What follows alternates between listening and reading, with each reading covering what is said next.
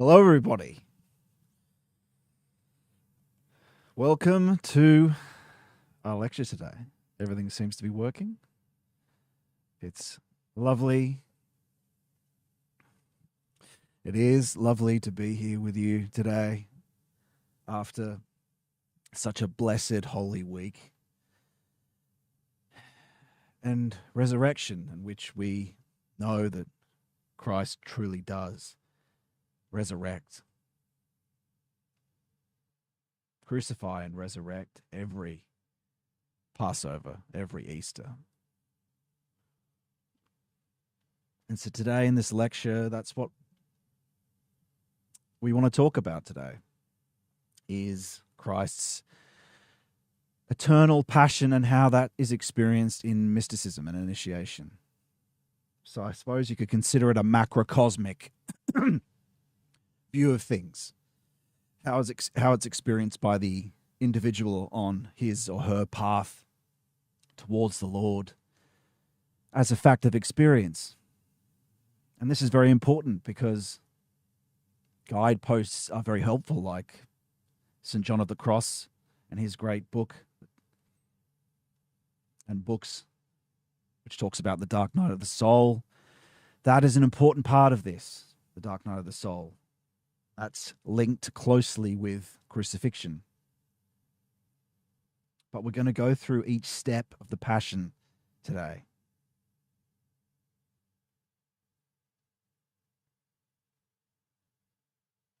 And express the practical elements, but also the theory and the phenomenology of it, the phenomena of it. We're not going to talk so much about the macrocosmic element of what Christ did. Of course, what Christ did is inextinguishable. And the meaning of the Gospels and the meaning of what happened is inextinguishable. And certainly today, we're not going to ever extinguish the deep meaning of what Christ did. As John says at the end of his gospel, is that I suppose that there would be no books left. I can't remember the exact quote, but there's no books in the world to be able to cover the things that Christ did. And that will always be. And so what we need to understand when approaching the passion is that. And approaching the first step of it in foot washing is that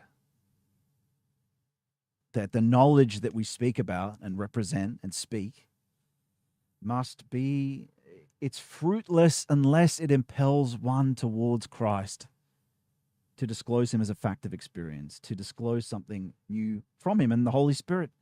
If it's a final ideological superstructure, then it just ends up being the dead bark. So it can never be the final thing. It's not supposed to be. And anyone who has created a theological system and just lives, well, you don't live that, but just dwells in the deadness of that, doesn't have the way in truth and life with them. In fact, theology can become an ideological superstructure if you don't have the practical with you, if you don't have, as the ancients, as the fathers and mystics had, which is theology as a fact of experience, that's what a true theologian is.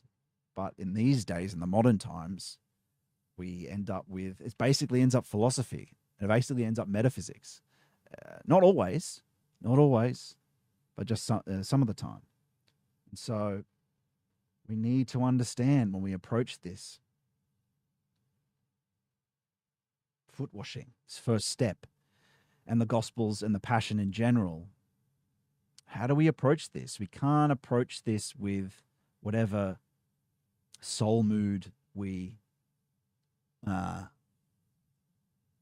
have subjectively. We have to take on the mood and the being of the subject that we are investigating. What does that mean? Well, of course, the I am is the absolute subject.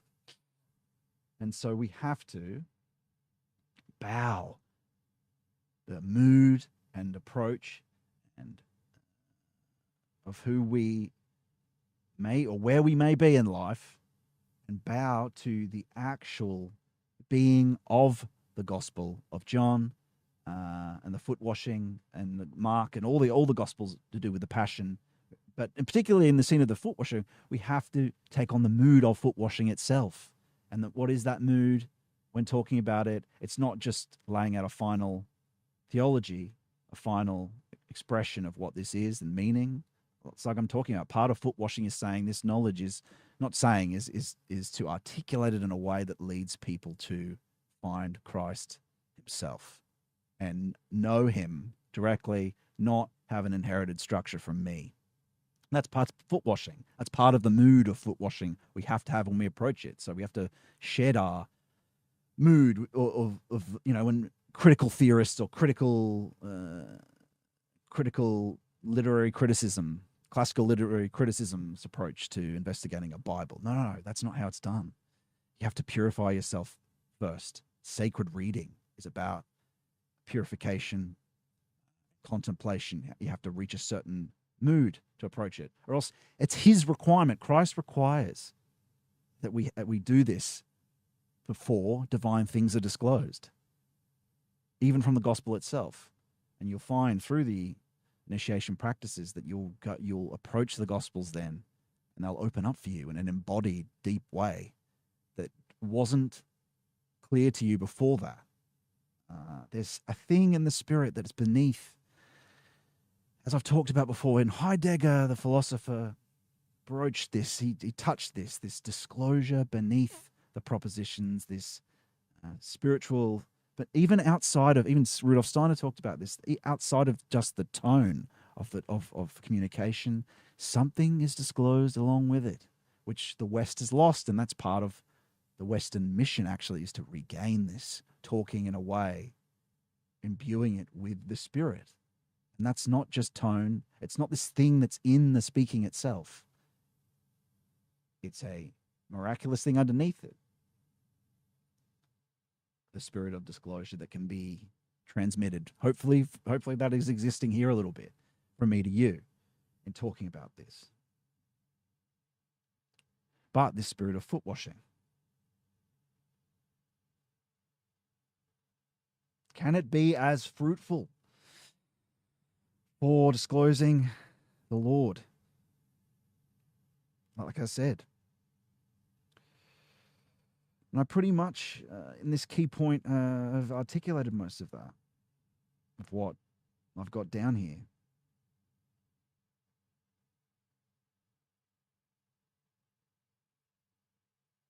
But another point is good there that I've got noted down that you'd see, which is the Passion is the culmination of Christ's word and miracles. It's a heightened version of all of it. The next stage, you could think about it like.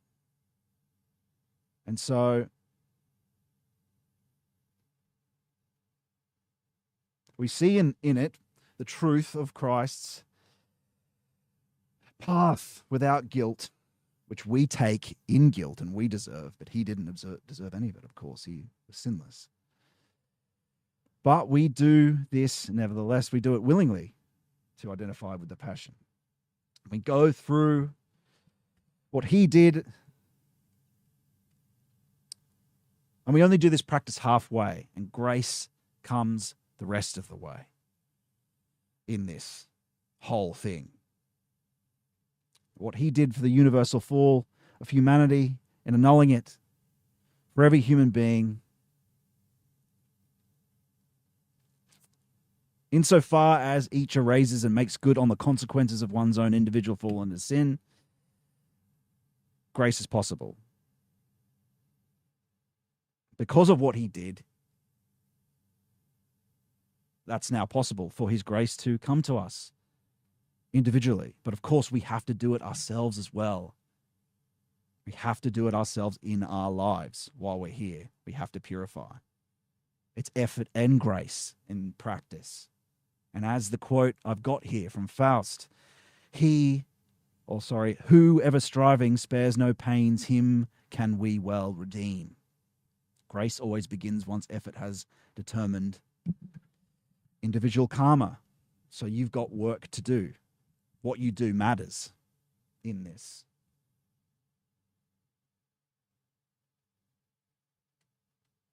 And so settling the individual matters. And when it says karma here, it means destined sin. Karma is just, like I've said before, the Eastern word for, it's just a word people understand to know what goes around comes around. And so that's what sin does. It's something in your unconscious that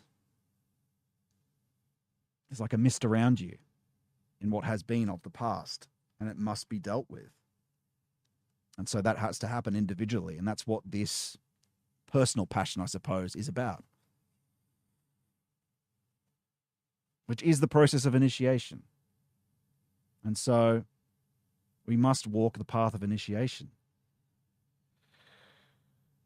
We must, in our smaller way, walk a path much smaller, of course, much incredibly smaller. Walk a path along with him to what he did in his heights, his sublime heights, to redeem primordial sin.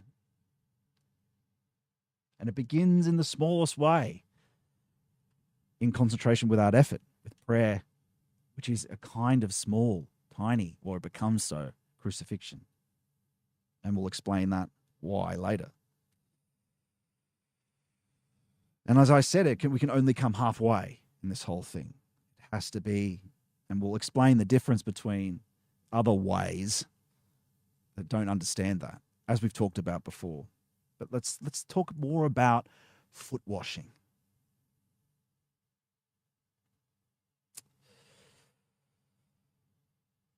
The key point here we're going to talk about in foot washing is the relationship of the above and the below and the hierarchical order. And we're going to contrast that with either satanic or Luciferian ways of religions, either heathen, pagan, will to power, satanic, or Luciferian Eastern religions, let's say, and what happens when what they do. That's a helpful contrast. And so to understand that, we can think about the following metaphors. One, we can talk about the Luciferian way, which is a metaphor for that is the winged, or is fleeing upward like the winged serpent, or the wings of Icarus in a humanist way. That includes Buddha, that includes everything. It's a humanist thing. Fleeing upward into denying the body, depersonalization, fleeing upward.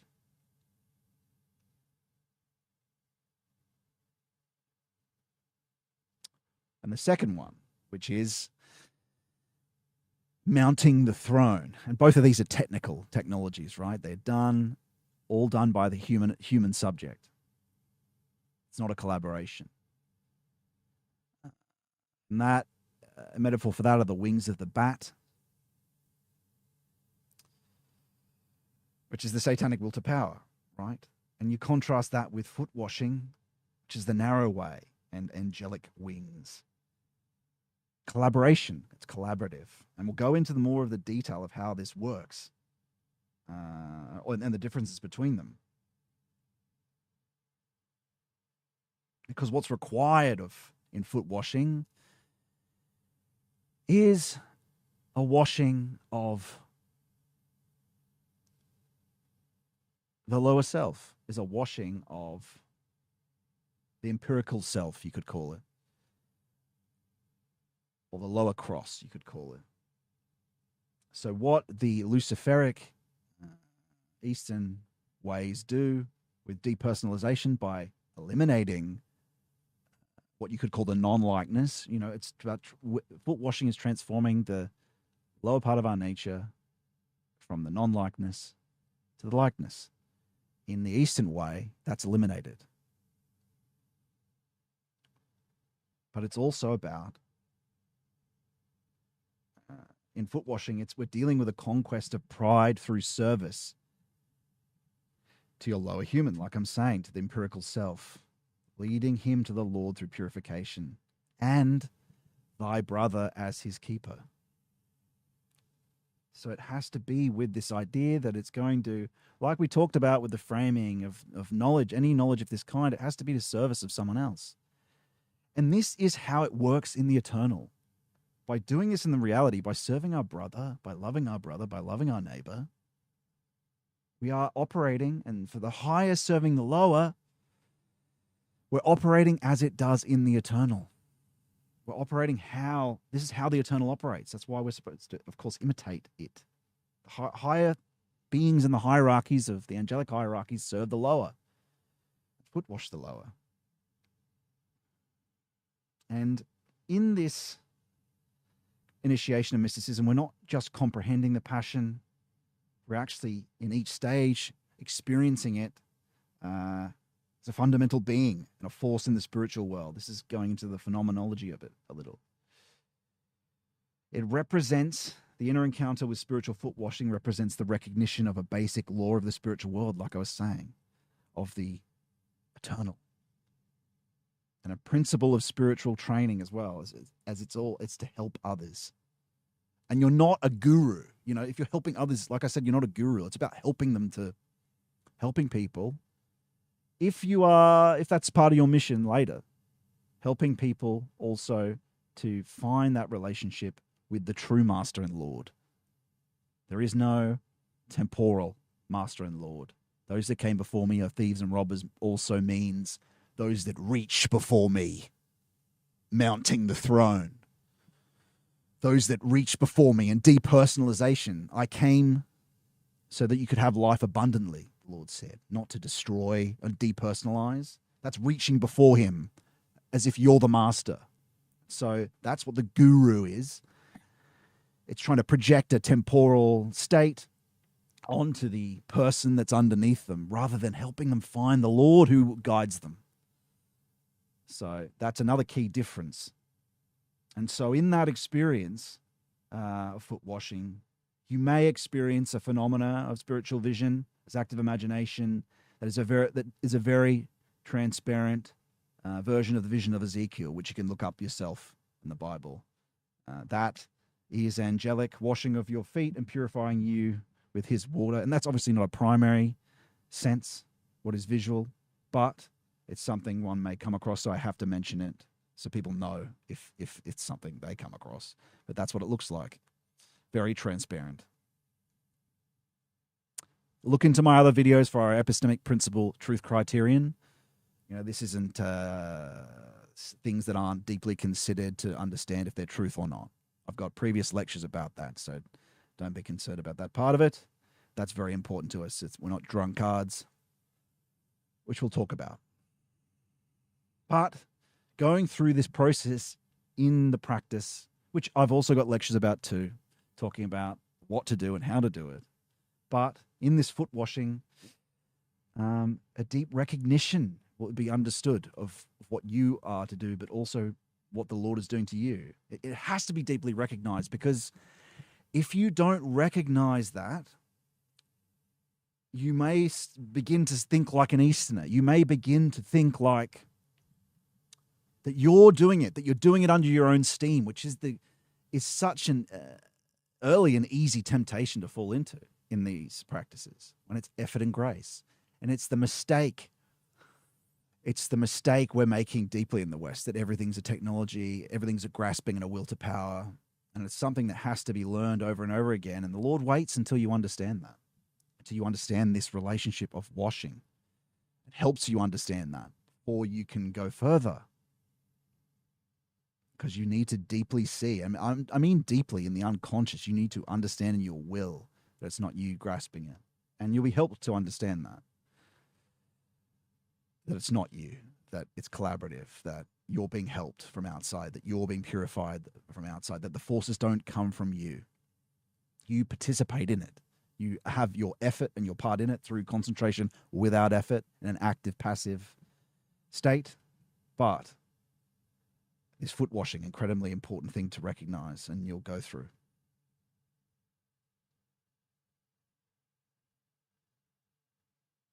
And it's the method. That's what I've got down here. It's the method. Foot washing is the method. And it's not really a method. It's collaborative. It's not really a method. It's a way. Because if you got to be careful not to make it a technology. And I've talked about this before, I understand. But this is all part of the passion, right? It's part of it internally. And so what goes on through that is the dissolving of the 5 dark currents of the will to power that we're born into of the first wine. The purification is the water, purifying waters that came out of the side of Jesus when he was speared after the crucifixion, well, at the end of the crucifixion. That water is his purifying us of sin. Those waters are available for us that come out of his side.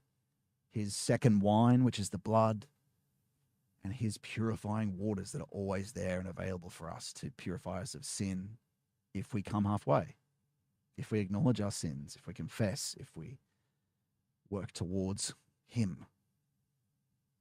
And so those 5 dark currents, I've talked about them before. I might go into what they are later. I'm not going to talk about them now. I'll talk about them in a different part. But they become 5 wounds, like the crucifixion. You are crucifying yourself slowly through withdrawal in these practices. And fundamentally, it is a contraction, but we'll find out more about that as we go on.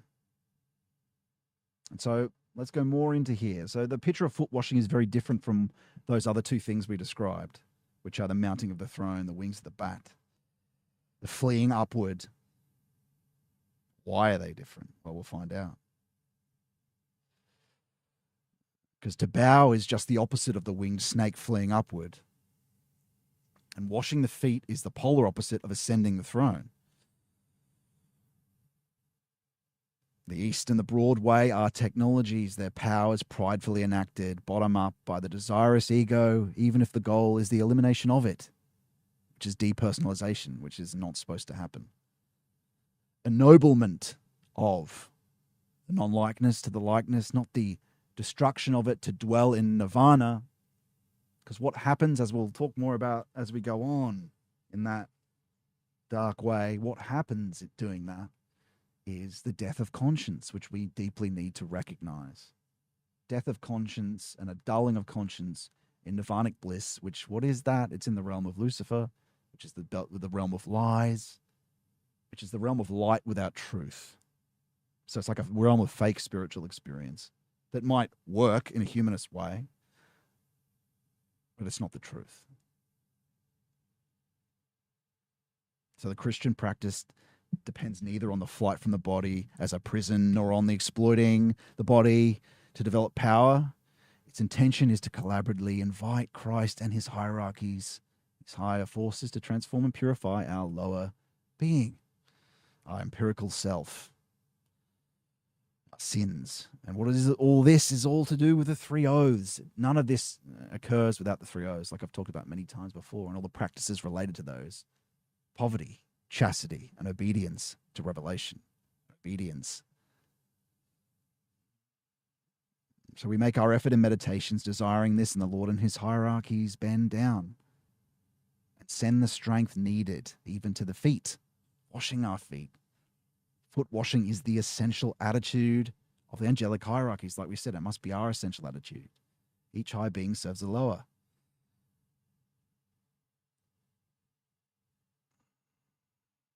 It's not just an attitude, though, but it's how they act towards us. If we are reverent and devoted and courageous, not courage on its own, not devotion on its own, but both. Synthesis, right? There's no reverence. It can be so easily irreverent in pride, thinking you are the person doing these things. You know, it's so easy to happen. That's why you have to be prepared. That's why the whole, there's such a deep tradition, monastics and the texts and the church fathers, because it requires so much preparation to get out of this modern will to power. Because modernity and postmodernity are manifestations of a will to power. It is will to power, which means more. I want more. because I'm empty at my ground. It's a lust for more, which has to be dissolved, and it requires a lot of preparation to do that. Hence why we're even talking about it today. But also because of, the time that it is. It's such a beautiful time of year. It's such a joyous time in Christ's resurrection.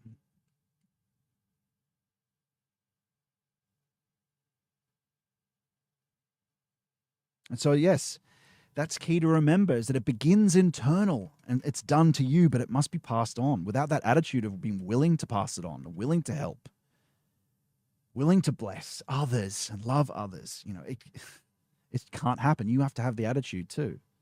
You have to be, and it can begin just with blessings. Every prayer matters. Walking down the street, like I've talked about a million times. That's a good way to start the attitude. But without that, you won't progress forward. And basically, I'm articulating that more here, is that one's task not only is to be the object of foot washing, but gradually to become its subject. To really do for others what has been done for oneself. And through the transformation, you will want to, rather than it being a Kantian duty, which is a top-down enforcement, like a proposition. It's a top-down, it doesn't come from within. And we'll explain more about that as we go on. You become devoted to a mission depending on the penetration of the way, truth, and life into you. Anyway, so, okay, that's it for the foot washing. And that's essentially what foot washing is. It's one of the first things one goes through. And that's the relationship of top to bottom. And we're going to see other relationships of left to right, of front to back. And foot washing is required to leave the horizontal of our life in the physical world and begin to make a slow descent on the vertical. But yes, the relationship of top to bottom. And the next relationship we're going to talk about is an incredibly important one. And the next step, which is the scouring of our beloved Lord.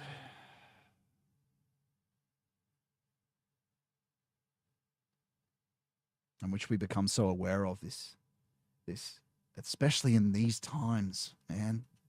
Scouring is happening always, well, eternally, but especially in these times. He's being scoured. We are all responsible for his scouring. We are all responsible for his crucifixion. We have to acknowledge that too. But now, Christians being persecuted around the world, Christ constantly being scoured from the left and right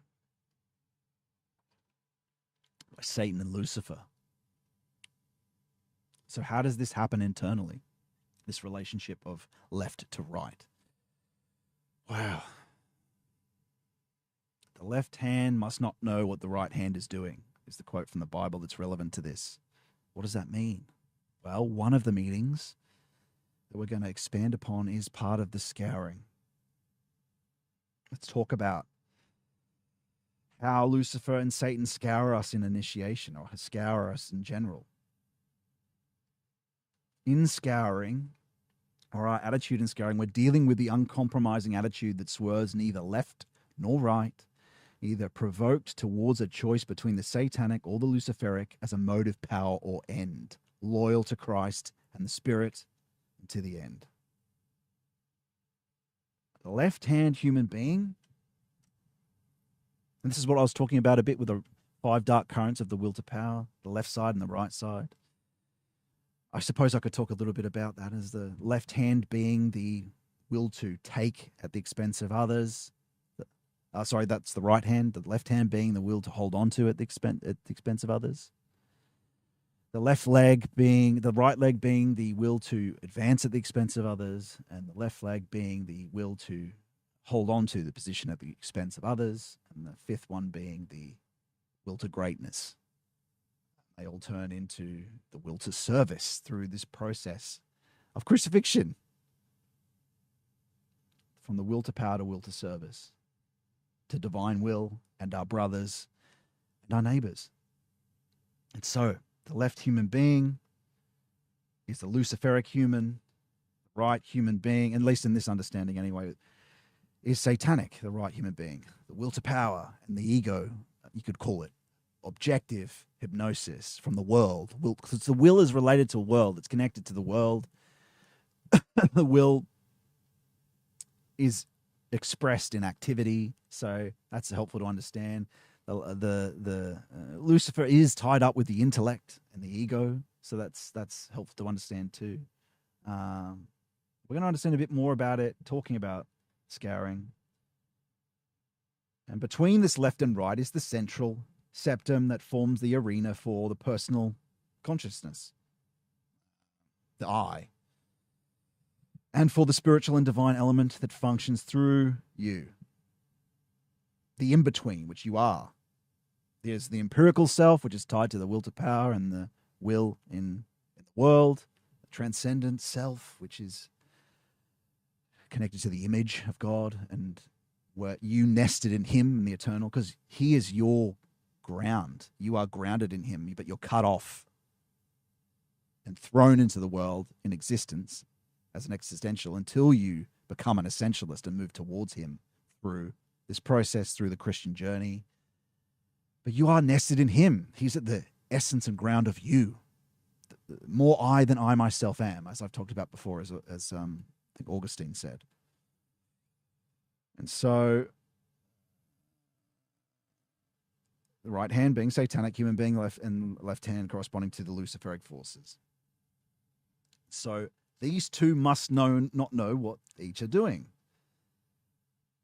The knowledge should be present in the third principle, the divine human, or be guided. The ends should all be guided. All the knowing space that you are shouldn't be about the ends of the world, all the subjective ego.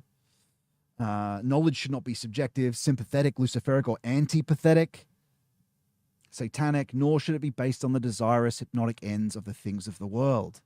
It should be guided by world conscience, to be guided by the Lord, not the world. Nor should knowledge be falsely objective, dead propositions and idea superstructures and pseudo-truth without the way and the life attached to them. It's not truth unless it also has the way and the life with it, unless it also has the good and the beautiful with it. Neither should knowledge be in both sides at once, which would indicate an alliance between the Luciferic and the Satanic in the human being, a combining of consciously calculated goal, objective end, together with passionate impulsiveness of the ego. It would mean that uprightness and honesty would be impossible. The soul's whole life would succumb to the taint of calculation for these worldly ends. And this is what happens in the scouring. It's these calculative goals of the will to power that comes at you in your deep contemplative practices. In your morning, and you should, in this process, you are doing it an hour every morning, concentration without effort with prayer. And it's the thoughts that come up. You think it's you. It's Lucifer and Satan. I laugh, but that is the scouring internally. It's part of it. It's not all it is, as we'll discover as we keep going into this. And so a good metaphor for it is a pendulum that swings. That's how they work together. They, from an attack in the object in the world, and a temptation in the world, and a subjective seduction. Lucifer is chiefly characterized by subjective seduction, Satan by hypnotic object, hypnosis from the world. They want you to chaotically oscillate between them, as that a wounding comes from the world, and then the ego is wounded, and then, it's this, so that rather than it to come from an impulse from Christ, and to be following revelation of the past and the saints from outside temporality. It's inside the worldliness, not following divine conscience, which you develop access to through this process of the passion, through this process of initiation. And so that every morning you experience that scouring. But of course, this develops much further than just what's internal. And of course, all temptation is part of this. But particularly when you're in the depths of your practice, that comes. It's a great withdrawal to be able to see what goes on and how they act. And in your life, this scouring happens to you. But particularly once you've established a relationship with the above and below, with foot washing. That means you've established a relationship with divine conscience, with impulses that come from Christ and directions as you begin to develop faculties. And that makes you, then the left and right hands start to attack you to stop it. So it's only once you establish this relationship, it's once you begin the process. Before that, you wouldn't even notice. Before the Christian journey starts, you wouldn't even notice this attack. It's when you've established contact that they try. And then, of course, these are all, I'm talking about the beginning of each one of them and then their development as you get closer and closer to a becoming or identification with or a atonement with the Lord. So it's something the crucifixion is something you experience all the stages of it throughout the whole process of it in a smaller way.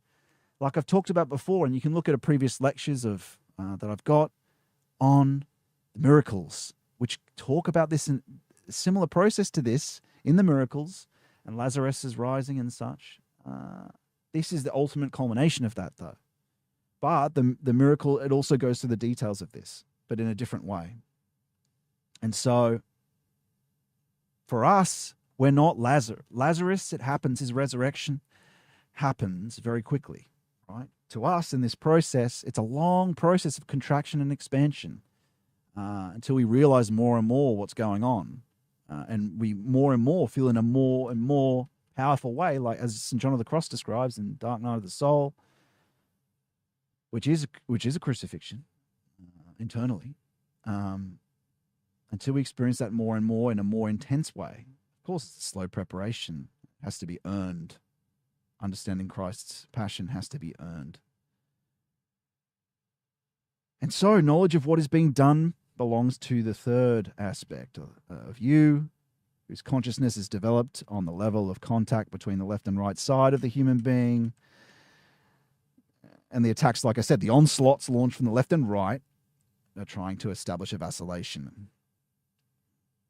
So in the human being, a continual struggle takes place consisting of mainly of reciprocal conflict between the Luciferic, the egoistic wounding, and satanic elements, which is, after the spirit of foot washing has established, like I said, the connection between above and below. Nonetheless, it's expressed, even though it's involved with the ego and the external world, it's expressed as an attack on both sides of the center of one's being. Because Christ has just begun to help you stand upright and listen to him. And so that's why they attack, because they used to rule.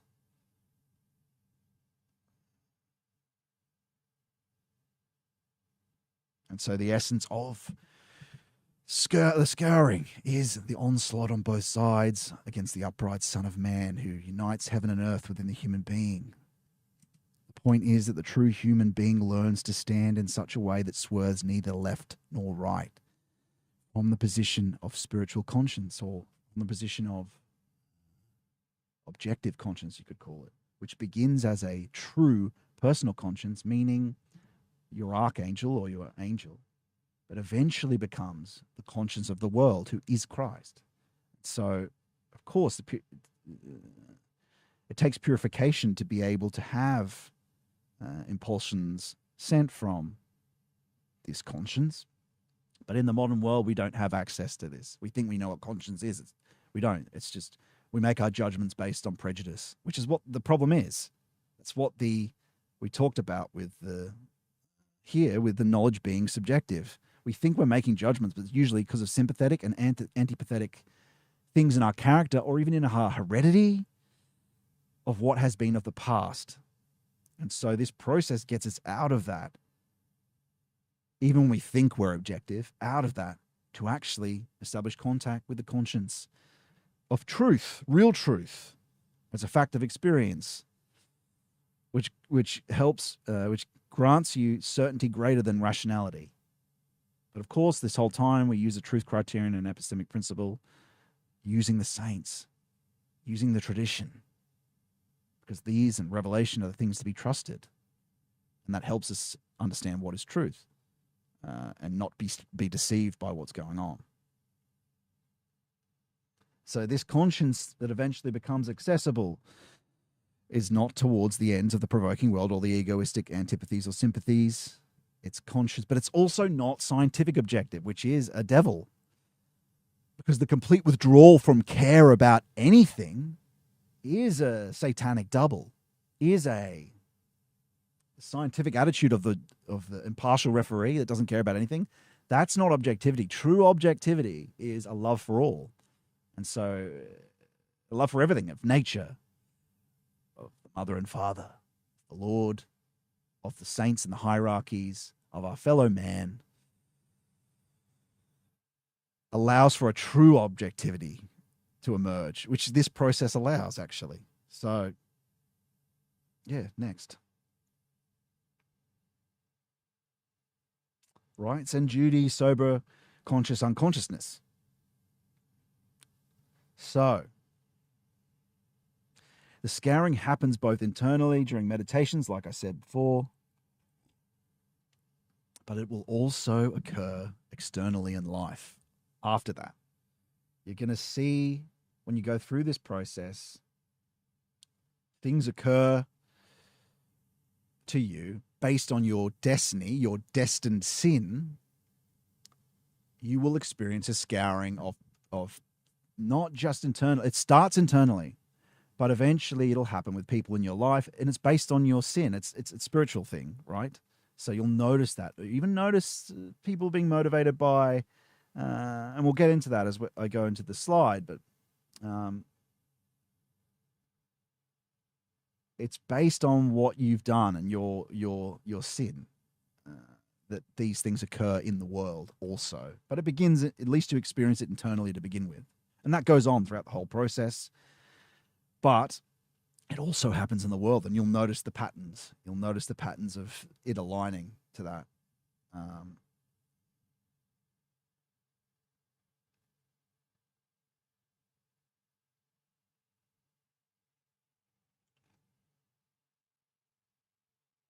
So rights and duty align with what should be done in the face of Lucifer and Satan according to objective conscience, world conscience, the Lord, who is a being, not a thing that objective conscience makes it seem. He's God, a personal God. So don't be deceived by how that sounds. Objective conscience just means the conscience of the world, the moral truth of the world, the way, truth, and life that is He, the vine, all of it, all the I am statements that He is, the person. So, standing against the scouring as an upright Christian is a training which is based on a moral attitude between rights, and these quotation marks here for a reason, rights and duty, in which moral conscience, angel, it's an expression of the creative spiritual conscience, has the final word, who eventually is a being that's with you, who is the Lord, once you've moved past a certain stage. But that's key here, this creative spiritual impulsion.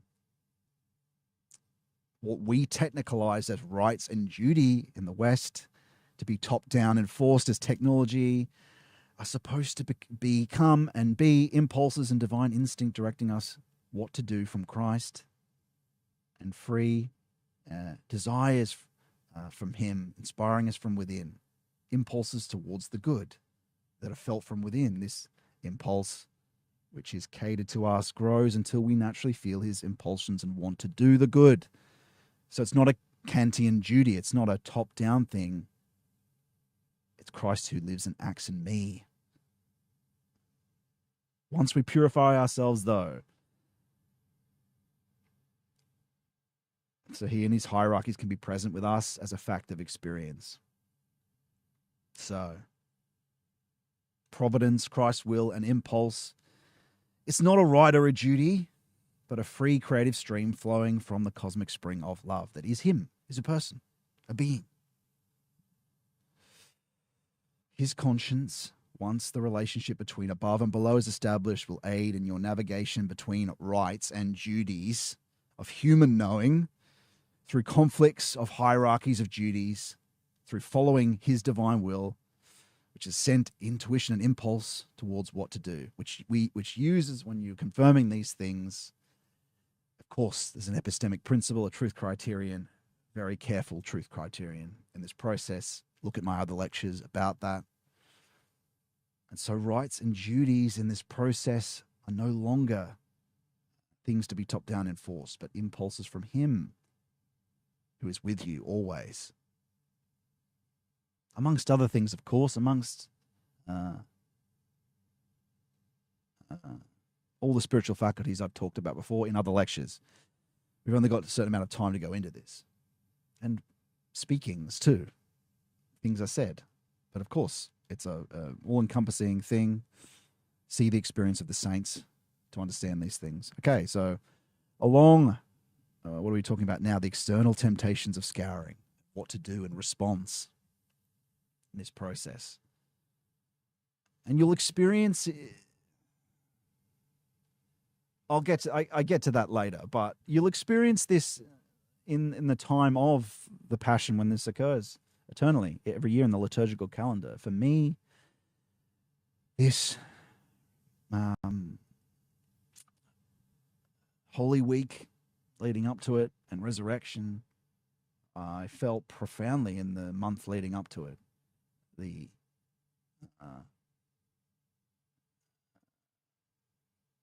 dissolution of and the sorrow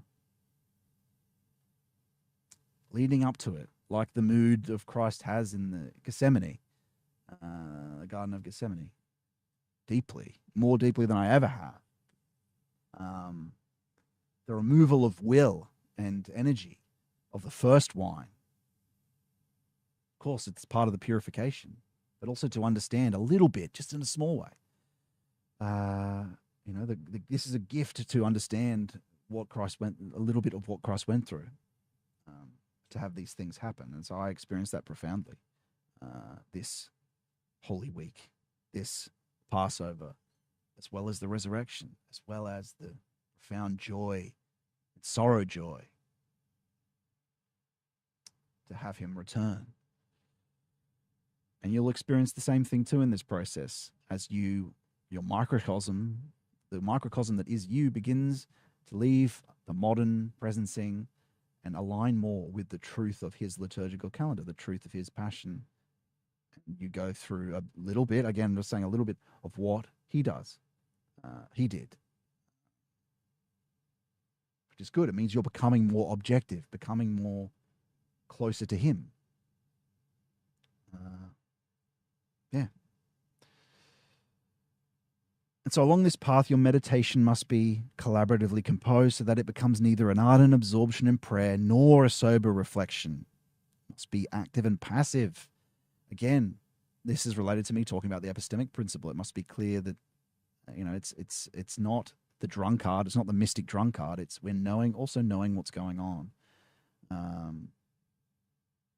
It should be a calm experience of consciousness, light and life. Light and life, though, with clear perception and strong thinking afterwards. Not drunkards. It is a truth full of life and good. Beauty and good with the truth. The truth on its own is not the truth. It's the way, truth, and life.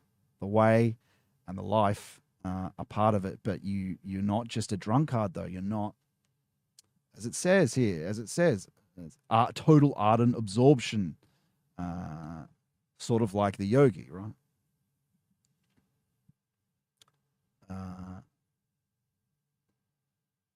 And this is also articulating the difference between what it is. Of course, it's deeply full of life, deep meaning and spiritual experience, but at the same time, it's seeking to know what's going on. So again, I'm just saying here that it's equally a knowing what's going on, but also the deepest experience of mystic experience. There's a reason why it's being like St. John of the Cross. It's knowing what's happening and articulating it and being thoughtful about it and being careful of the truth, but at the same time experiencing the deep depths of this stuff. The path is neither a seeking of dreamlike experiences through the suppression of reason and intellect, nor is it a strengthening of physical consciousness to impose one's low will for worldly ends. It is neither will to power nor Eastern Luciferian flight to nirvanic bliss, light without truth. The Christian road unites one's daytime consciousness with the spiritual world, and it maintains this union without deviating towards dreamlike or sensory consciousness. Again, we're in the world, but we're here to, we're not of this world, but we're here to save it. The objective, like it can be brought about by us. The road is to have the eternal and temporality together. It's the state of what the Bible talks of, which is walking with God, means to have eternity and the moment be manifesting for you. That's to have the kingdom of heaven within.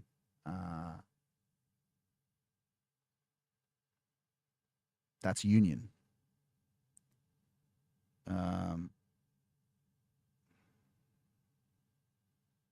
It's not living not in the world. It's not seeing the world as a prison like a Gnostic. No. It's a synthesis of life and death, which is something that is very, complex to go into, the synthesis of life and death. But it's something we'll go into probably next week or the week after when we really go into the resurrection on its own deep detail. But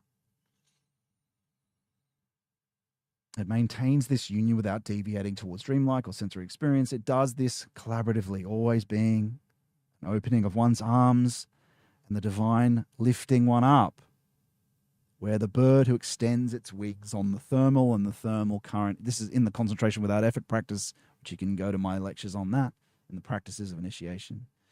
We just open our wings and we're drawn up. We don't bat on the air. Concentration without effort and grace. So the way of training is about dealing with these two types of temptation also, which are roads to false religions and the broad way. So those are also temptations of Lucifer and Satan in a way, to just seek bliss and just without knowing, but also without care, to seek just joy on its own. If that's your objective, joy and bliss, you're in a big trouble. Your objective must be truth. Seek he who is a truth, and whatever happens, enjoy. And of course, the depth of sorrow and joy, his promise is to give us life abundantly, and that certainly happens. But our objective must be to find he who is truth, not to experience joy or bliss. Because guess what? You'll get joy or bliss, but it won't be him.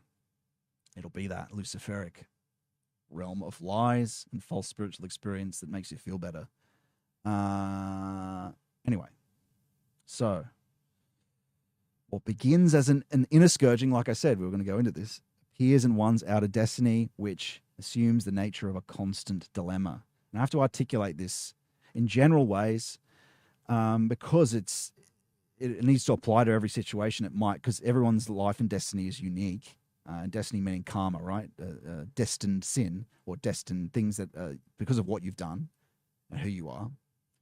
But the onslaughts come from right and left externally, though, because of things you've done in your relationships, which up until now it's been strictly inner processes. They now appear externally in one's destiny, which assumes the nature of a constant dilemma. And you can think about this like capital. It's the dilemma of, will I have enough money? Or it could be a dilemma of, should I do this because I need more resources rather than having faith? Something like that, where it's like a false dilemma. It's a dilemma of fear or a dilemma that comes from fear. It seems like you must do something when actually the truth is you don't need to do anything at all. Just follow him. Follow his conscience and his impulses and his things because you've already awakened the relationship between above and below. And so, but because of this scouring, you'll be tempted to respond to the things of the world rather than just follow him, because he may need to lead you into poverty, which is a very important part of this process. A rich man who lives on a magic carpet of capital is not going to you're going to have a lot of trouble finding the kingdom of heaven, because that lack of poverty is a temptation always, because that's why I call it a magic carpet. It's capital is an extension, is a Luciferic, satanic extension. And you have to deal with it. Don't get me wrong. You have to live with these things. You have to interact with them. But the three worlds should be separate: the body, soul, and spirit, which should be separate, right? The body has needs. It has, and that's what capital is. It's connection to the needs of food. That's why Japanese currency used to be rice bags, right? And whoever controlled the rice bags controlled the country.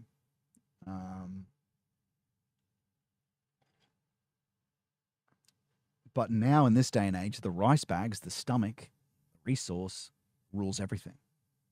So it used to be that the initiates, that the priests class ruled everything.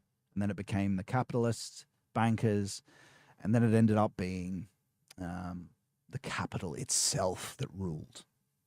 And that's where we are today. And so those are the dilemmas you'll face, is that the pool of motive about resources that you have to calculate and connive, or whatever it might be, temptations in your inner destiny will appear for you rather than just following him.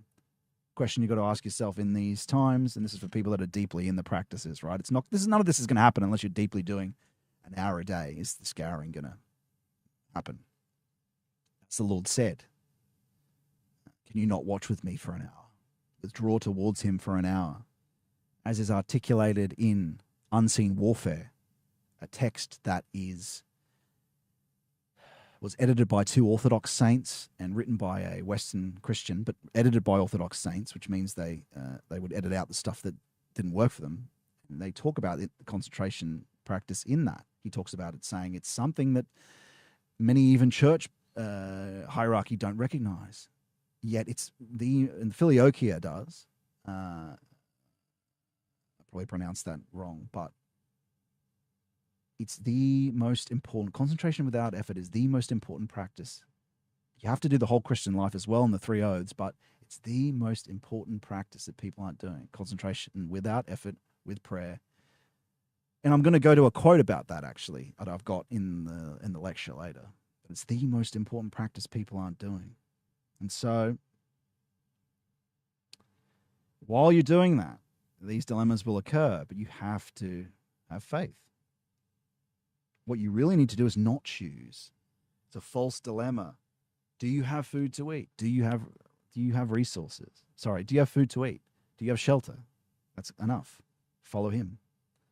Follow conscience.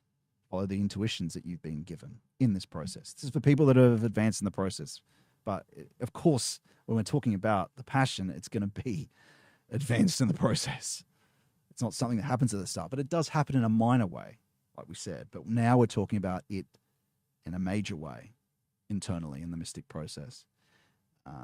But you'll just experience, to begin with, what I've talked about earlier, the temptations of the thoughts internally. But this is addressed to people who are progressed a lot in their mystic practice. And so one must stand firm, because it's not a true dilemma of good and evil. Destiny or necessity of the world may exhibit a further transformation. Perhaps false dilemmas urging one to this decision might be real attacks, become real attacks or pressure from two sides. Slander and need, hostility and worry may become one's environment. Blow after blow may follow. So if you're going through this, take heart. Task is not to give in to resentment, anger, and fear or discouragement, but to stand firmly loyal to the Lord and the Spirit, because you've been given these great gifts of being able to follow him and be able to commune with him and know the transcendent self and to know objective conscience and to be guided by him and his impulsions and even words. You've got to stay loyal to him. Have faith in him, not to fall into the worry and fear and even the need. Needs are the necessities of destiny and of the world and creation of the world. You will notice circumstances and external happenings conspiring to tempt you and obstruct you. People will be motivated also by demons without realizing it, and you'll notice that. You'll say, hey, why are they acting like this? What, they've never acted like this before. Why is this response to... It's just what happens. It's like unconscious things that people don't recognize. When you're not protected by the Lord, when you're not protected by the religion, these motive impulses will come to them and they'll just succumb to them. Because the spirit, the dark spirits know what's going on with you, even though the person might not. So, but just remember they've got the image of God in them, of course. But Just notice that will happen. People in your life, people around you, they'll be motivated by forces they might not be aware of. So don't hold it too much against them. The scouring, left to right. Ye shall be hated of all nations for my name's sake.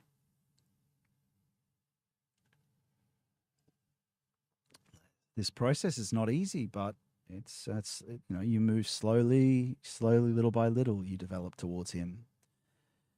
In love, in responsibility, in sorrow and joy.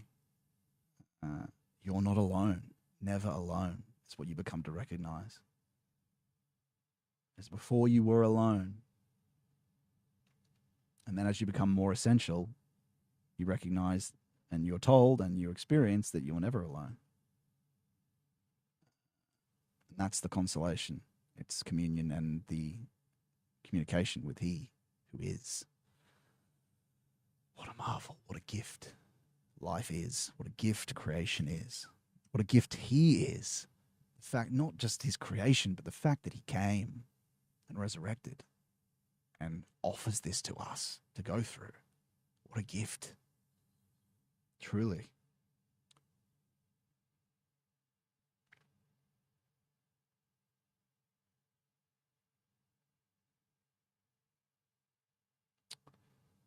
And so, that kind of heartfelt understanding of the gift that He offers us as a true being, all His promises He keeps, all His promises that in the Gospels He keeps, if we put the time in and the work in. If we identify with His passion and Him, if we put the time in to think about and contemplate His passion, to become His passion, to know it, He keeps all His promises. No abstract belief will be of any use in the scouring, but that true and deep knowing that the Lord, before you found Him, before He was a fact of your experience, before this, you'd have memories on your own and no one would know them. And so they would feel less meaningful. No one's there to experience it with me. But after, He's there. Every truly good moment, from the deathbed confession to the tiniest thing, He remembers. He's with you always and knows all of it, for one. And He makes that very clear later on. But those moments of true good from the tiniest life, not just the grand people of the world, no, not at all, will be eternal. And will be forever and resurrected if they are truly of eternal value. And some of the smallest memories and things are. And so that type of understanding and deep relationship is the only thing that will be used in this scouring that happens to you and will happen. Because you have it pulled from you. We have life forces and of hope deep within our soul that are granted by Him. All these forces are granted by Him. Even to the atheists and all these people, the sinful people, still are granted all these forces. But they think it's them. But in this process, He shows you it's Him when it's withdrawn. When you face the scouring, when you face the crowning of thorns and you face these things, you realize that He's the prodigal. In the prodigal son story, He's the father of the prodigal son story. He allows this wealth to you in freedom to spend, and you not realizing it's Him. But but you truly realize that existence is the prodigal son story. When you go through this, is that He's granted you all of it, and that's a great gift to experience that. Also, it's a greatest gift. It's His waters from His side. This purification that comes from Him, saving us. That purification water must occur to dissolve the first wine. The first wine is the will to power. It's from the old Adam. It has to go before the second wine can come. Contraction, then expansion. Crucifixion is this spiritual contraction, which you'll notice occur. You'll be like the hermit walking with a stick because you have less will, and you'll notice that distinctly in this process. But again, we'll get to that with different stages. That only the awareness of that being guilty, we must fulfill the destined sin, the karma or primordial, born in incomparably greater measure by him who was without guilt. And the strength of humility that flows from that awareness, and you need to deeply contemplate it for that to come. The only power that's needed in the situation. That he did it for us. Since the power of pride has been broken, and it's such a difficult thing to break that pride. It takes time. It takes time. And it is your lust for more of the world and will to power that must be broken, but that's what these temptations are that come to you internally. But you'll face it externally. As it says here, the experience of scourging inwardly as meditation, each practice that occurs of thoughts and temptations, like I just said, as well as in one's destiny, must be experienced by the portion of, this is going to have to go, everyone has to go through this. By the end of time, they will. It must be experienced by the portion of humanity that has decided for Christ in human history. Because the Satan, the will to power people, that's the apocalypse. We won't go into that now. But you have to go through this. Do it now in your life. Do it now. Do it now. We're supposed to do it now. It's not supposed to be something that happens after you die. It's supposed to happen now. A seventh of your time must be with this withdrawal towards him so you can go through this process.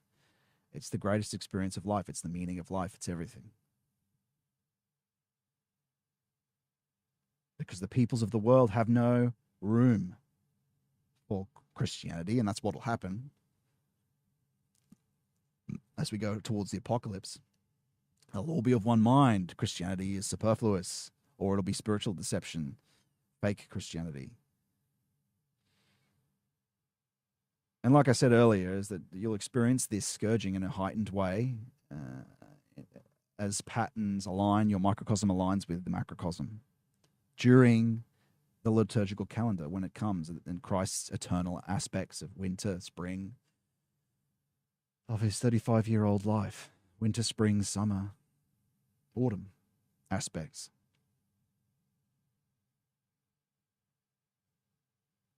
But yeah, the whole of history is going to have to undergo what happens in this Christian training, right? And so how do you overcome this temptation to compromise? The tendency to compromise is seen mainly in the fact that human beings pin their hopes on something other than the Spirit, something other than Christ, principalities and powers. And you do this, you do it very subtly. That's what the fears are. You're pinning hopes on these things, even in fear, because it's a lack of devotion. Fear is a lack of devotion. Again, it takes time to develop that devotion, but even being afraid of something is a kind of worldly devotion, right? If you're not listening to conscience, and once you have access to it, once you have access to the Lord, if you're not doing his will and you listen to a fear or a shame, that is you compromising. It's understandable when it's someone who doesn't have access, but if you do have access and you fall prey to it, your fears, that is compromise. That is a lack of devotion. And so, but that's okay. Sometimes we're still sinful, even if we're going through this process. All the saints are still sinners. But it is, it's something that's granted from within too. It's something you can pray for faith, hope, and charity. Because it's a force, it's granted. Faith is something granted. It's like a substance almost. It's like a divine energy that grants you certainty, that grants you authority. His authority. Because what is authority? All authority, one's own true being, the true being. All authority is about the truth. It's like, do you listen to an authority? Well, we take our understanding of authority is, think about Gandalf. When he comes back as Gandalf the White, he comes back with authority. People are encouraged by him just naturally by his presence and what he says. What he says has authority because he's connected to hierarchically to angelic beings, hierarchically to the Lord. Therefore, he has authority. That's true authority. And the difference between that and power is this spiritual underlying force that people notice. So, People believe they will find allies in ideas, in forces, and expedients drawn from other sources. This is worshipping by accident, or by accident. No, you're responsible. It's worshipping the gods of existence. And a lot of even Christians do this without realizing it. How many sort of debaters are, how many people are actually worshipping the will to power, and their worship is actually their pastime. Are they? Do they have a deep communion with Christ, or are they actually in the battle and lusting for victory and winning, rather than being disclosing him as a fact of experience and following his will? Or are they actually in this feedback loop from the worldly battle? So that's something to consider. Who's your God? Is it actually the God of, are you really orbiting him? Even if you know all the propositions and all the theology, are you really orbiting him? Is he really your God? Is he a fact of your experience? Could you put more time in? Could you put a seventh of your time in meditative, contemplative prayer till he becomes a fact of your experience, and you can do what he says, not what your will says or what you think is right, but what he shows you to do as an impulse that you know is him, that you're careful to know is him by using the epistemic principle that we talk about, that I've got lectures about. So long as such illusions persist, Christianity can never develop fully as an active force in your human soul. The Lord needs to be dominant. And so how many of us, is it not the case that he is? But he could be. It doesn't take that long. Just an hour a day. Again, you'll be impelled from within to do it anyway. Don't be provoked by the world. Find him and follow him.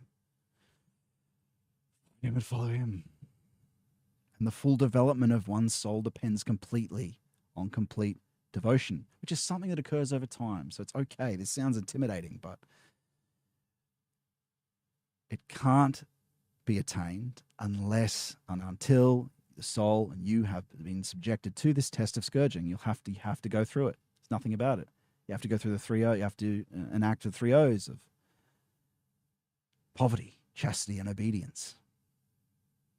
But he's with you. Forces are granted to you. You come halfway, but grace is there to help. And this is the only situation in which the illusions of the spirit of compromise disappear. Such compromise wants to rely on anything other than what flows in through the gate of conscience as a living revelation of spirit, which becomes available to you. The compromise wants to rely on anything else that flows in. It has to be abandoned to move further. Follow him. And this is for the people that are going through it. Maybe this is 10 years in the future, perhaps, and someone's watching this video. Follow him, who's deeply doing these practices. I've gone through all this process, by the way, apart from the final parts of it. So follow him. I've experienced it. I'm not just talking from theory here. So I'll tell you when we reach a part that I haven't gone through.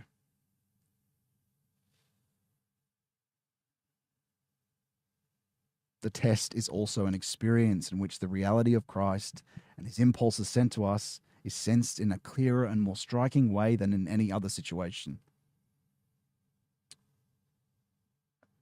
There's a clear discernment, but the scouring is an opportunity as well. And the consequence of this experience for both the inner life of the individual and the spiritual history of mankind is that Christ, who has been denied room, obtains room for himself in you by you passing the scouring at first. And you do, again, all these steps I'm talking about happen every practice in a sense, in minor ways, as you contract and expand and grow.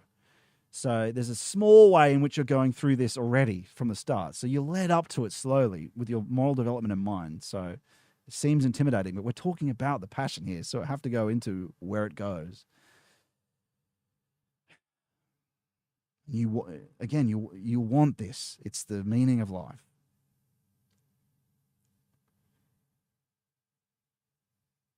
He gains space in you, in the being that is you, not in any individual organ, but in the blood that flows through all the organs, working from the blood. I can say this is a fact of experience. He enters the heart in a physical, real way as well, and gradually changes the whole being, organism, from left to right, because it's in your physical being as well. Lucifer and Satan, they have to be purified. He is who does that. And once that's complete, one reaches the situation, manifest, let the left hand not know what the right hand doeth. That is objective knowledge. That is truth. Truth's with you. The knowing space that you are is no longer a arbitrary, subjective, antipathetic, or you have the truth with you. Your ideas are imbued with the way and truth. They're not just propositions inherited from the world and from education, but they come from the spirit of truth, come from the being of truth, who is he. So you're no longer a subjective being, you're objective. Or your conscience is, or becomes so, at the end of that process. So in that process, you're transmuting 5 dark currents of the will, like we talked about before, to the 5 wounds, which actually become the sensory faculties we've been talking about before, through the cycle of contraction and expansion, death and life, water and wine, cycles of contraction before expansion, death and life, water and wine, purification and food. What happens to Lazarus quickly happens to us gradually, like I said earlier. And in a sense, everything we're talking about, I go into detail expanding upon the miracles of Christ, which talk about that, which articulate also, with biblical reference, the different faculties that are restored that we had before the fall.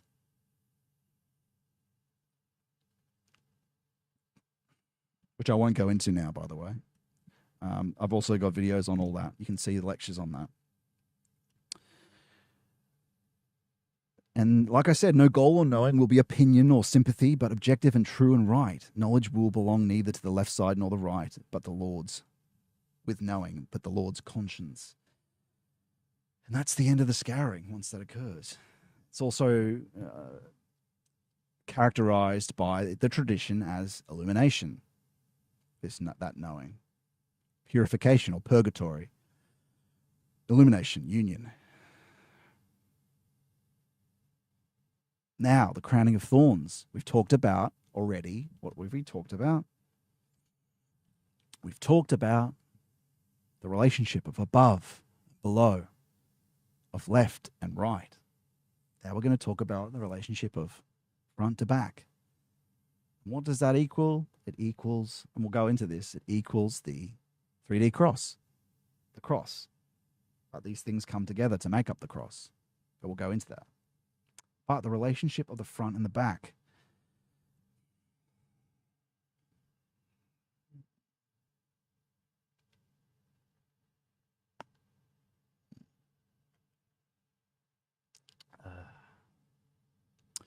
Relationship of the front and the back.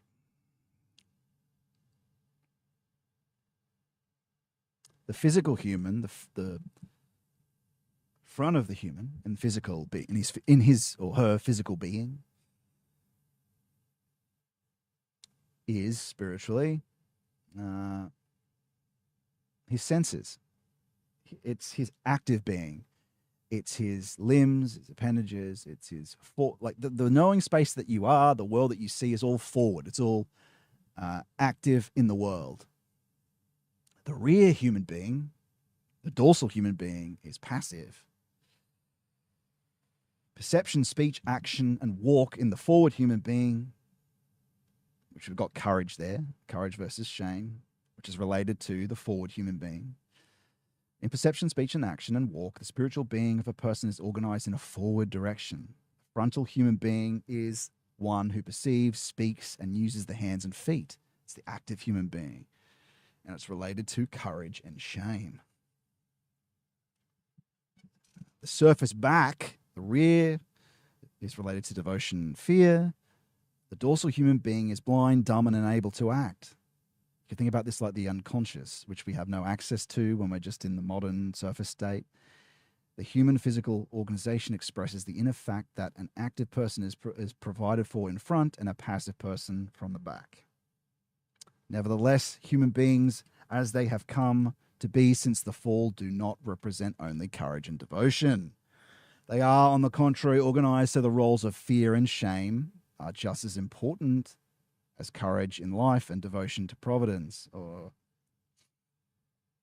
the two fundamental elemental forces that entered humankind through the fall are precisely this fear and shame. The Bible indicates this fact by telling us that Adam hid himself from the Lord God, and that the first human pair saw that they were naked.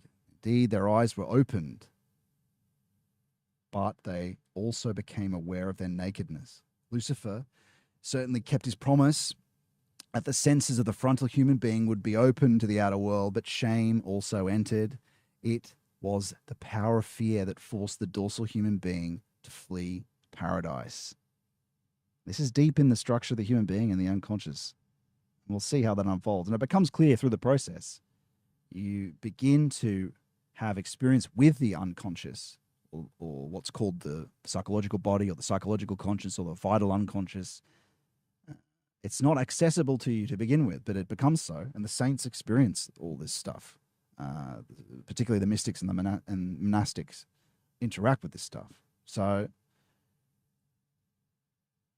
ever since that time, the frontal human being has been filled with shame, which hides the true what has been, the true past, while the dorsal human being is filled with fear, hides the future, the true Father and providential purpose. These two forces prevent human beings from experiencing paradise, or the true spiritual realm, on whose threshold stands the guardian, the archangel, or true, your conscience in a personal conscience, but still true personal conscience is your archangel. And that's tied up with your sin, personal sin that you have to overcome. But he generates shame and fear. And we'll talk about that in terms of the spiritual experience that you experience related to this. He generates shame and fear. Or your response to him is that. So shame causes one to turn away from paradise. Fear, sin, and the lack of devotion and courage keeps one away from paradise. The activity of these forces, however, is for the most part hidden to the humans in the human subconscious, is hidden from you, where they form the curtain that veils the spiritual world from you. It's shame. It's your sin that keeps you away. You don't experience the spiritual world because of your sin and your fear, because of your shame and all the being that you are in facticity in the world. Your fear, even your fear of the unconscious, you deeply fear what's there. You deeply fear what's there. And only a small part of those forces penetrates the existence of the experience of consciousness in the physical body, in everyday experience where most moderns are. But when the consciousness rises into the vital body collaboratively, vital unconscious, during concentration without effort meditations, it gains awareness of these forces. You experience these forces. So to you, to the modern, you won't understand that there is a vital unconscious, that there is a psychological unconscious. Jung interacted with this. They're very real forces that you feel, and with what is characterized as spiritual touch, which I talk about in other lectures. But it becomes a fact of experience. I won't go further into it than that, but it becomes a fact of experience for you that these things exist, and even empirical investigation has recognized some of these things, especially with Jung, at least, with the psychological unconscious and the archetypes, let's say. But of course, there's deeper layers than that. It's not the eternal, that's still temporal. Think about it. You're a time being. You are more than just a physical body. You are a temporal being, which is why your sin, you can't get rid of your sin. No therapist can help you with it. It'll hang around. The shame, whatever it is, will have their valuative charge and haunt you. You're haunted by your sins. They're sort of like demons. You're haunted by them. unless you find the Lord. And that's why you have all these people with mental illness trying to go to therapists to help them, which you could call demonologists. But when it comes to sin, there's nothing that can be done. There's no therapy is going to help you unless you find the Lord and repent and confess, bless, because you have to forgive to be forgiven. As he says, forgive us our trespasses as we forgive those who trespass against us. That's the justification for his forgiveness of us, is our forgiveness of others. And that purification can only come from the divine. And it only happens if you acknowledge him as a real being, as discover that he's a real being, or it won't work. So,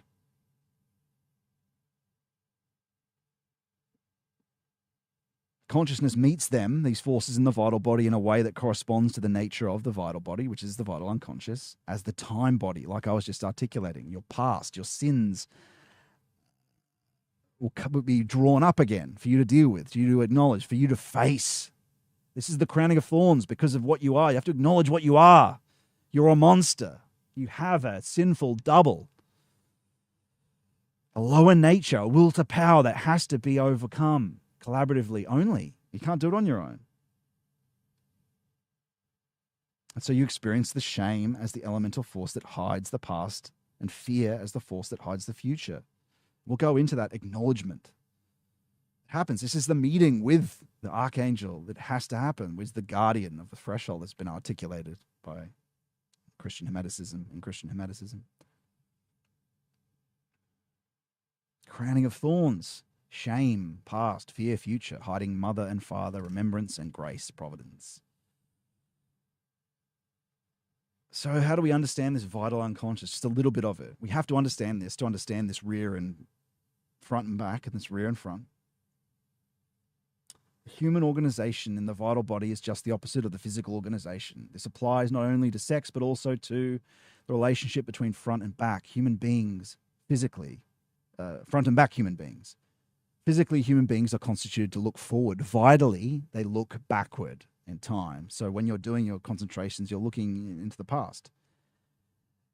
The seeing human being looks towards the past in the vital body. The dorsal human being faces forward towards the future, which is from behind. And how do we know this? How does this mystic experience align with this? Well, you'll experience when a state of grace is given to you, when grace is granted to you, it comes from behind, because he is the future. He is providence. And so in our experience of where being is, in our knowing space, which is forward-facing, you'll notice that as you contract and expand throughout your practice, say you go to the gym, you'll notice on certain occasions, after certain experiences,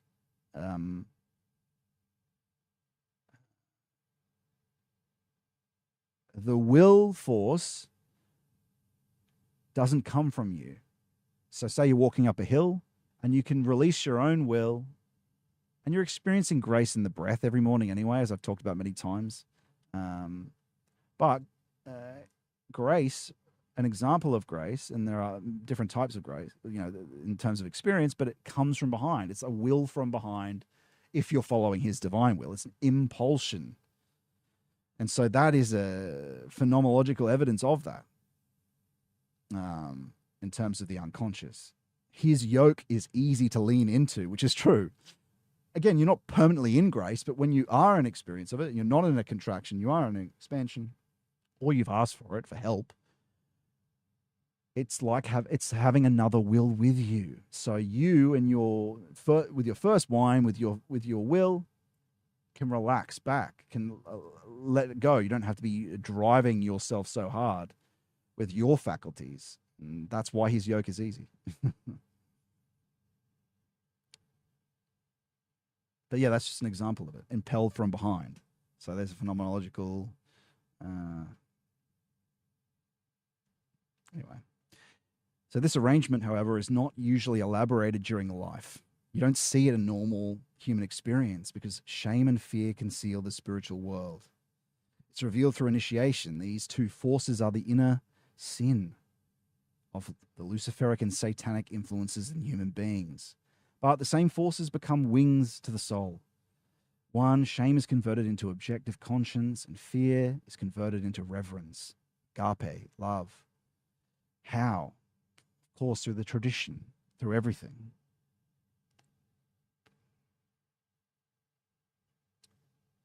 Poverty, obedience, chastity, concentration without effort, the Christian life. Devotion with Christ and the collaborative practice. And there are practices connected with those 3 O's, of course, the monastics are involved with. And I've gone through those all before. And so that's the process one goes through on the forward and back to what you have to go through to overcome those things. Forgiveness as well, confession, of course, all the things of the tradition. And so what are the spiritual experience, the fake spiritual experience of the satanic spiritual and the Luciferic spiritual experience? What happens with that is they are shown half-truths. So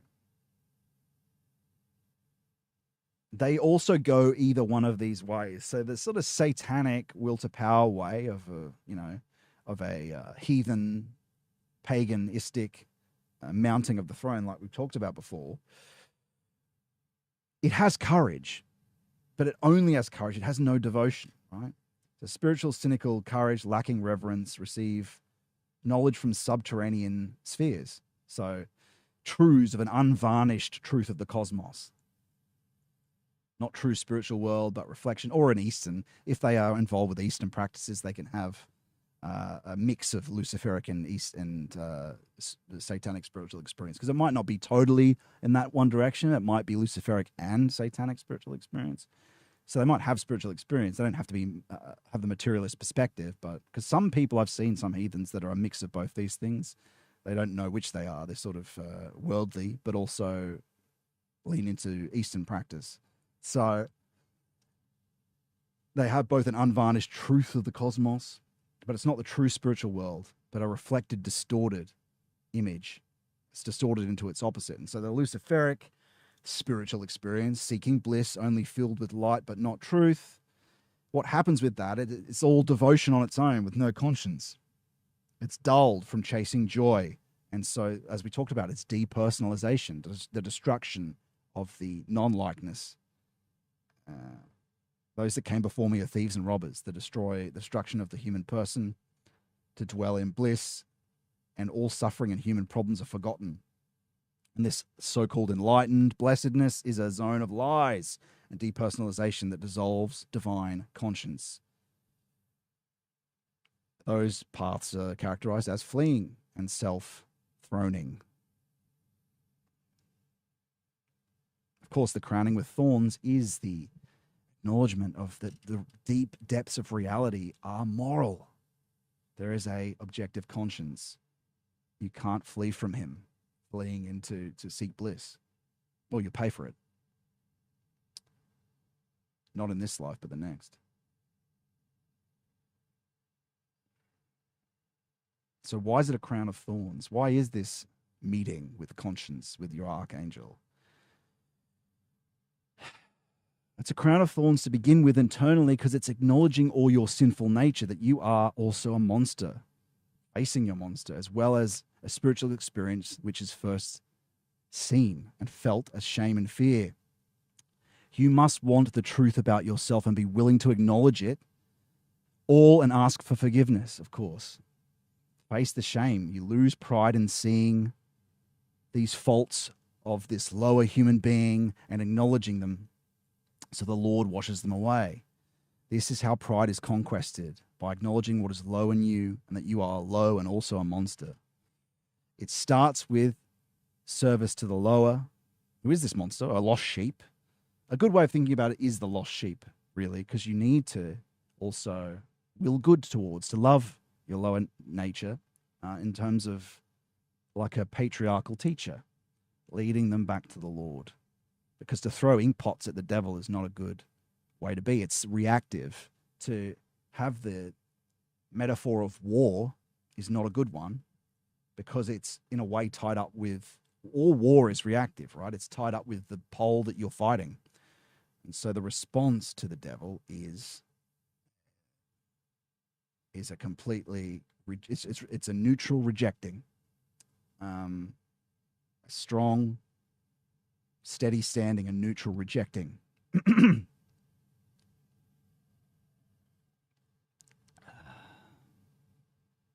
Why?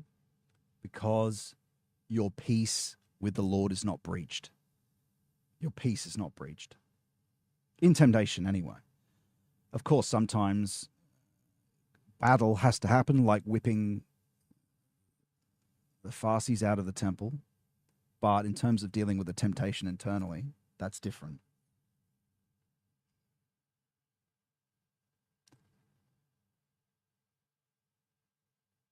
So it starts with a service to the lower, leading the lost sheep of the lower nature back to the Lord. And after that's done and the Lord is present, serving thy brother.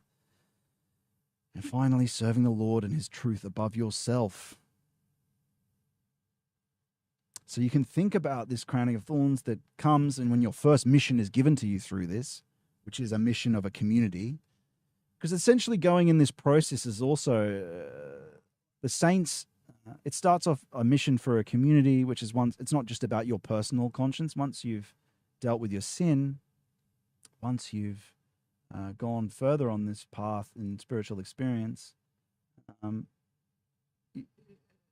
Valentin Thornberg articulates well that your personal angel, you sort of have the faculties that he has, and he's exchanged for an archangeloi, who is this conscience. Personal objective conscience, though, and then your mission then is for a group of people. And then, as looking at the saints, what happens with them as they're exchanged for, as they progress on the journey towards Christ, then a mission, as the saints and the tradition has, the saints have missions for humanity as a whole. And then some, great saints who have the stigmata and such, have missions for divine humanity, which are direct missions for Christ. And so that's the path one goes on.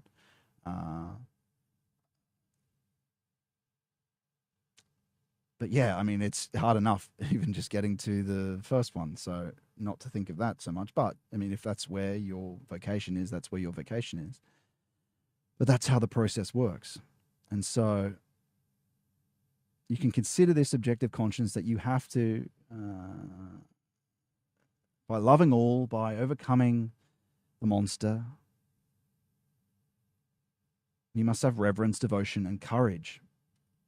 You must become dedicated to poverty, obedience, and chastity and forgiveness, which I talk about in other videos. Then what is felt initially as fear with him, with your experience with him, and you'll notice this, again, it looks like the vision of a very transparent vision of Ezekiel. I'm not going to go into more than that. You can look up the vision of Ezekiel, very transparent. Again, but it's felt primarily, that's just a secondary sense. It's felt primarily in other primary faculties that are related to the loving heart, but also spiritual touch. And so those are the things you rely more on. These are, you can think about what's visual as secondary, but I'm just putting a little notary flag there for people who go through the experience that's what it looks like as active imagination, as visually. And so initially, this is what people, when they characterize mystic experience, when they talk about awe and fear, that's what it might begin as, but it's something that evolves into love. Of course, it's always, there's a kind of awe with it, but once that's mainly about because you haven't purified yourself. Once you understand what the feelings are and the faculties are, but also once you've purified yourself, and you can always fall back into it, right? You can fall, saints are sinners, right? But his sword, the angeloi of justice, of conscience, is of fear and shame until you've let go of all your sins, until you've confessed all your sins, until you've done enough of the practice and withdraw to have dealt with your destined sin. And then it's a sort of love and guidance. And that's what conscience is. His sword is of love and guidance, and it's your experience when he manifests to you and the Lord through him is felt that way. Sorrow and joy, but that's what becomes accessible. To someone who hasn't purified at all, it's experienced as shame and fear. So when people talk about awe and fear in the face of the Almighty, it's probably because of that. But the great fear you have as you progress in this is a fear of offending. As your experience with the Lord becomes more direct and communal, it's the deep fear of offending such a benevolent and loving God. It's not a fear of wrath. It's a fear of him leaving. It's a fear of offending him because he's so good and has been so good to you and has been so endlessly has faith in you and all humans and the hope that you will come to him. That it's possible for everyone to go through this process. He has faith. And so we also must be like him in that way and have faith that people will find a way, that people will listen to this and do it, even though it seems daunting, because he has endless faith in you and will wait and hint. And you'll look back to your life at all the times, at the little times that, that was him, once you know better. And so it's transformed through the process. But there, I've given you a bit of phenomenology about that experience, but it will begin as that fear and shame. But it will transform as you've learned, and he'll wait until you learn. But that's how it happens more at the start. But the actual crowning with it is not just an internal thing, it's an objective thing. All these things we're going to go through are both an internal and a thing that happens in your destiny, because you have to deal with it, right? Events will happen in active world, not just internally, because of the purification that you have to go through. For sins that you deserve, a destiny that you deserve and the Lord didn't. So what does that mean? What does it mean to be crowned with thorns? A crowning of thorns is a responsibility that it's being crowned with some of the responsibility that the Lord has for himself. It's being crowned with the responsibility of the secrets of our relationship to the spiritual world. That's why I'm talking with you about this, right?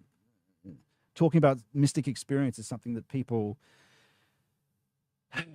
it's something that you'll get attacked for. That's the point, though, and you'll see where that leads, is that you have a responsibility to not either flee or to not react in a polemical way. You have to represent the spirit that you're given. That's part of your responsibility to help people find it as well, but also to represent spiritual truth as the direct spiritual experience, though, not just a propositional ideological superstructure that's been disclosed in the past, but actual new impulses and new communications and ideas and direct meetings with the Lord and Mary. It has to be. We have to allow him to work within us as a real being, not just through Scripture. We must always be reading Scripture, though. I must always be reading Scripture and the saints and the tradition, but he must act through us, and the spiritual truth must be represented.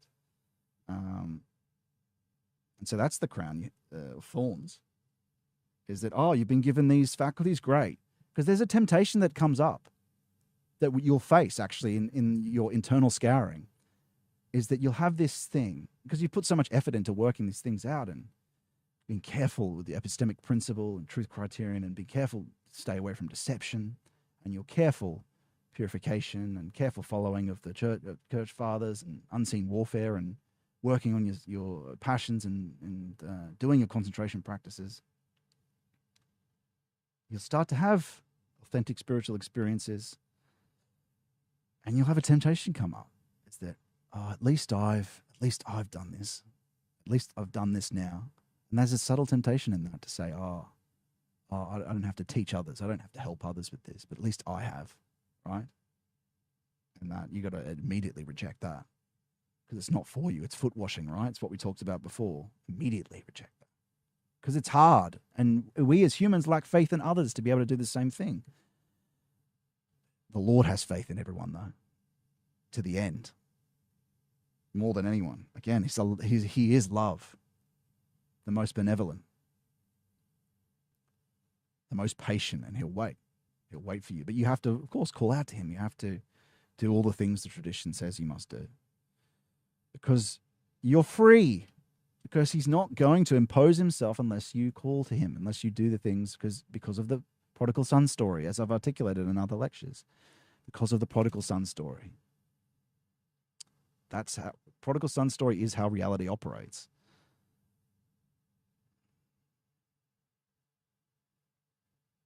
So we have to put this knowing that we've been granted and the faculties we've been granted at the service of others. Be our brother's keeper. And that is a crown of thorns. It's to be attacked objectively, and we'll get into that, each with a unique way. Again, this crowning of thorns is the mission that's granted. At first as a group of people, perhaps more if you have that vocation. And for those who receive this crown, a direct communion with the Lord and his angeloi is possible. But it means renewed pain and greater trials. This isn't the joy and bliss of nirvana. Of course, though, the great joy of existence, being in communion with him. But we have a responsibility. It's not of this earth, but here to save it. Is the Christian way. It's what Christ did. It's what God did. It's Gnostic and Eastern to try to leave the world and to... Anyway, so that's the point of that, is that, of course, it's the greatest experience there is, but it's also full of sorrow. It's the depths of sorrow and the depths of joy, depths of love, divine love.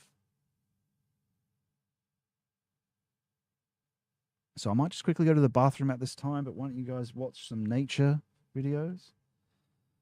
And I'll be right back. And I might even just check that the stream's still running here. And it looks like it is. Good, good. Okay, good. I'll be back shortly.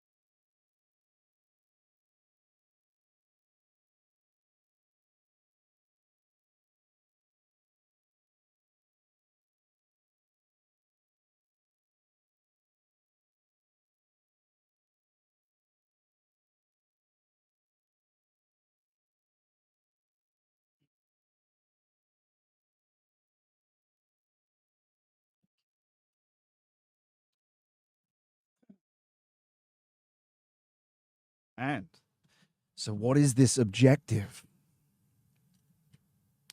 What is this objective in the world of crowning of thorns? It's the experience of external crowning, shame and fear. Well, it's inducing shame and fear in others for the sake of him who is truth. The thorny crown of the task, then, of what you have to do in the crowning of thorns is to stand firm in the truth. We're dealing with a firm stand in the name of truth. He who is truth, neither going forward nor shrinking backward in the face of worldly provokings, and following him who is the future and truth. So just as you have to overcome shame and fear internally when dealing with and interacting with conscience, your archangel in the Lord, you have to also deal with it externally when people attack you. You must also awaken shame and fear in others. You have to become a trial and test for others. You have to accept the fact that representing the truth before others often shames and frightens other people. In enemies, anxious not to be exposed. And you see this in people that attack Christians when you're trying to help them understand the truth of Christ. In enemies, anxious not to be exposed, shame sharpens the eyes for any deficiencies in those who represent spiritual truth, Christianity. And fear, trying to stay out of sight, quickly offers to find contradictions in the represented spiritual truth, which are only contradictions in isolation. But when you understand more at higher orders of knowing, or even just more of theology, of course, to those who aren't Christians, they can find these surface contradictions. But on a higher level of thinking, as the great theologians understand, as the tradition understands, those are all overcome. But that's what will happen. People, and that's what's always happened to Christians. So once people have taken up the task of representing spiritual truth, they are exposed to this kind of scrutiny, and those who wear the crown of thorns must overcome shame and fear under the gaze of such eyes. You have to do what the Lord tells you to do. You have to follow his will. If he wants something to happen, you have to overcome your own, even duties, even some personal things. If he has will and you prayed to him for something, or you have to follow his will over other, like say you gave your word to someone, but his will is that you do something else because it's more important. You have to follow his will. And that's the great beauty and great boon and great gift of having him closer to you and to be able to ask questions, which I'll also eventually do a lecture on intuition, Bergsonian intuition, and how to understand the intuitions of the good, true, and beautiful, because they're different impulsions and the phenomenology is different for each, and how to discern that it's impulsions from him. I'll do a lecture on that soon. But I also talk about that in the lecture on the epistemic principle and truth criterion of mystic and spiritual experience, which you can look at on my lectures.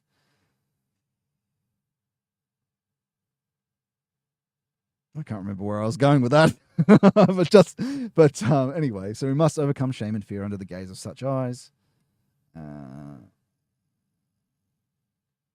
To follow the Lord's will.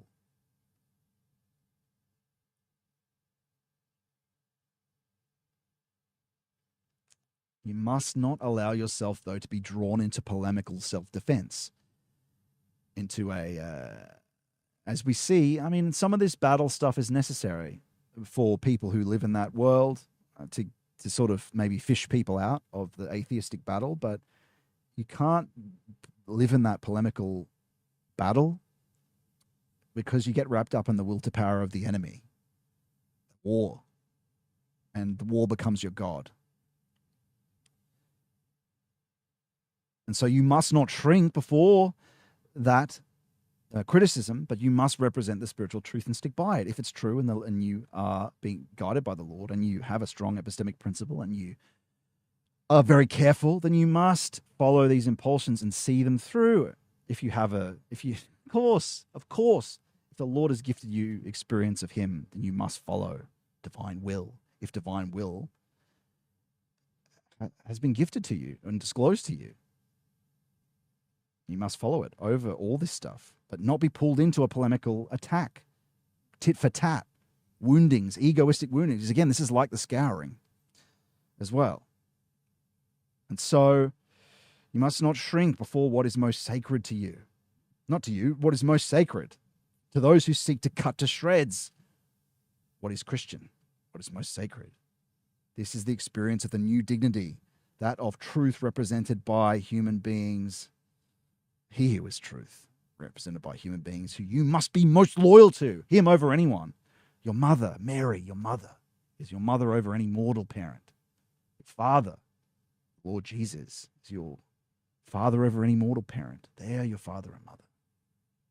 Of course, we love and honor our mortal parents, but you must accept them as your father and follow them and follow their will, especially if it's been disclosed as a fact and you're in closer communion with them. And you'll want to anyway. Because once he comes and lives within, of course, it's a slow, natural process of transformation. These things come from within and you want to do them. But of course, you still have to be brave. The world is it is a crowning of thorns. You still experience, he came so we'd have life abundantly. You still experience fear, but you must stand for the truth represented by human beings, the dignity of the Son of Man. And so, the three lesser passions summarized are: 1, foot washing. The first must be the servant of all. 2, scouring. One's left hand must not know what the right hand does. 3, crowning of thorns. One must recognize that the servant is not greater than the Lord. It's not about you. It's about truth, will to service. It's not just about, this wasn't all just for your experience. It wasn't all just to heal you. You have to also follow his will and help others, like I talked about. Oh, the Lord loves you, and of course, do all these things for you. It's not, and certainly the spiritual experience is not to serve any low desire of the low empirical subject that's being purified. And so you must have courage and devotion, neither on their own, else they go a Luciferic or a satanic way, reaching ahead of the master for egoistic desire or ignoring him. So we move on to the cross-bearing. What is the cross-bearing? Well, those are the sort of the lesser passions, you could call it, those three we just mentioned. But the cross-bearing is I guess you could call it synthesis of those three.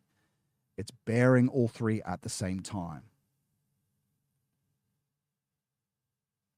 It's the three lesser passions at the same time. It's plus also the dark and light cross. And what are the dark and light cross? Well, that's the transcendent self and the empirical self we've been talking about. You're the in-between, the personal consciousness. And there's the empirical self, the lower nature, the will to power, the non-likeness that must become the likeness. The image, I suppose you could consider the transcendent self. And so higher cross is above you, the lower cross is below you. And they both must be your brother's keeper towards both of them. So in this cross-bearing, the above and below, foot washing, the left and right, scouring, the front and back, crowning of thorns. Cross-bearing is a high stage of all three, and you experience them all at once. It's also the 3D cross, those things.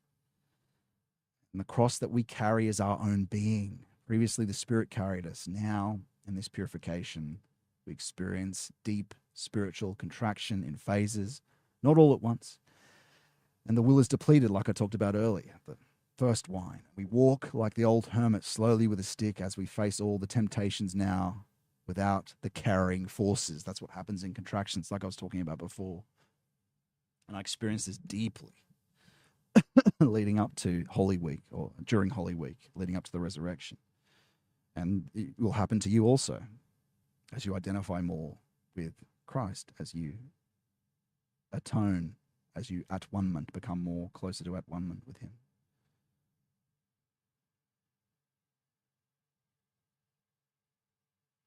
And a way of thinking about that is that we now experience the transcendent self as that formerly carried us, kind of like St. Christopher. As Christ, in the St. Christopher story, the Christ child is a weighty thing that drops him into the water. And in a sense, the metaphor there too is also kind of like a baptism, really. Is he getting deeper and deeper into the river, into the water? The waters of purification, you could think about it like that. And so at the start, you are a protector of this too, because the left and right hand try to also to use isolated attacks of only an isolated proposition or an isolated case that seems like a contradiction, like we talked about, right? They attack Christ himself. They attack this experience. Oh, it's subjective. Oh, it's this, it's this or that. It's psychological, stuff like that. But only in isolation. But when you consider later in the whole context of evidence with the epistemic principle. Of course, later we know, but during your practice, that'll happen. So you have to protect him while you're purifying. So we must be his keeper. We must bear, like St. Christopher, bear the Christ child across the river while purification's occurring, because the left and right will attack him to try to say he's not real, to try to say the experience is not real. But like I said, in using the epistemic principle, thinking in with all the tradition and all the understanding that we've gained, it will tempt you in isolation during your practices to try think otherwise, to try say it's not true, or try to say it's just, this or that. But again, we're not just ignoring it in delusion, of course. It's only in the practice that we're denying it. But when we consider it with the whole truth criterion and epistemic principle that I've talked about, these criticisms they just fall away in the face of this, in the face of truth. It's only in isolation it might seem to make sense.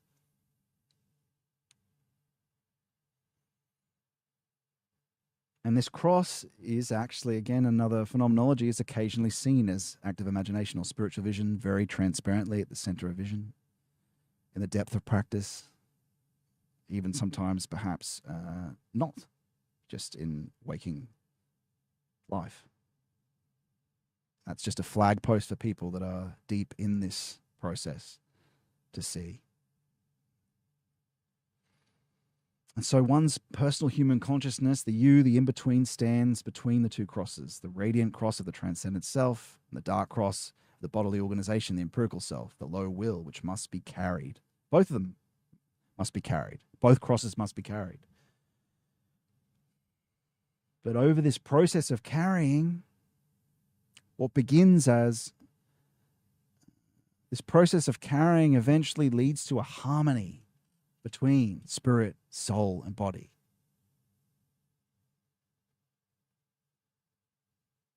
But what are the temptations that will occur? Well, the temptation in this stage will be a resentment of your higher self for the duties that you have to perform. Nietzsche is the best characterization of not passing this stage, not passing this test and temptation, because he suicided the transcendent self and identified with the will to power and identified with the empirical self, the lower nature, and therefore killed the higher self, and that's why he went mad. The other temptation is to Gnostically to consider the body and the lower animal as the wretched animal that you just want to escape, to depersonalize. So one of them is satanic. It's like, again, and this is characterized by the two different delusory ways that we have, the temptations we have to deny. Both the attempt to call the world a prison or the body a prison rather than something to ennoble. Existence we are to ennoble, to bring the kingdom of heaven here, just like we are to do it internally first. Internal is the justification for it to be the kingdom of heaven on earth eventually, at the end of time anyway. And so we have to pass both those tests, and we will face those tests.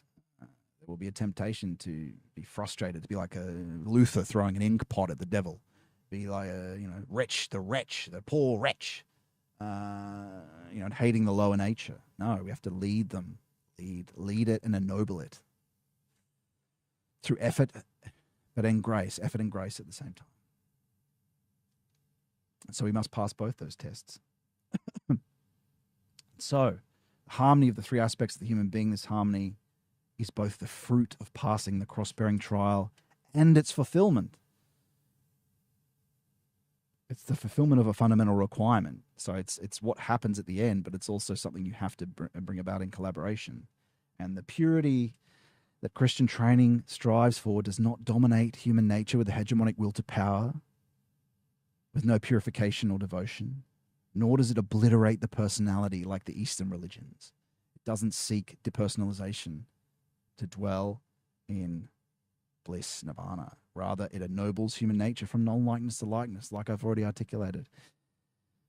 As earnestness and courage flow more freely into human nature, it becomes clear that all human faculties may serve the great work of goodness, great work of Christ. Human freedom on this path involves learning to love your spiritual duty. It's loving, being loving towards your lower nature. Because love is also willed good as a way of thinking of what love is. It's being a parent to it and slowly training your lower nature. Even though the temptations come from there, it's training it. Collaboratively. It's feet washing. Again, all these three things are going on at the same time in cross-bearing. So during the cross-bearing, we work in parallel with our transcendent self, experiencing him through intuition, spiritual touch, and spiritual hearing, moving towards the day that he incorporates fully and completely inwardly as a being and becomes our keeper, which is, of course, crucifixion and the resurrection. And we made space for him, and we were his keeper for that time. Then he becomes ours as we entrust the self to the Lord.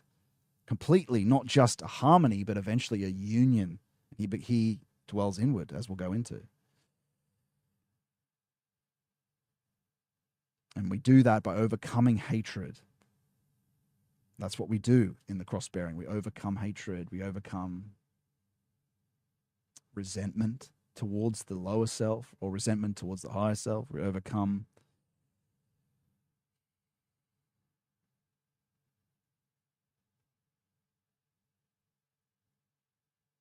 anyway, moving on to the next part. Oh, wait, hang on. Was that it? Wait, cross-bearing. So we overcome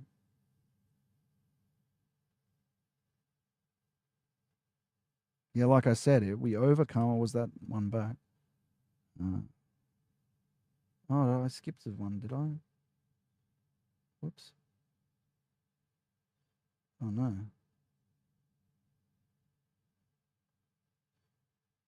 Of course. So, yeah, we didn't go through all of this.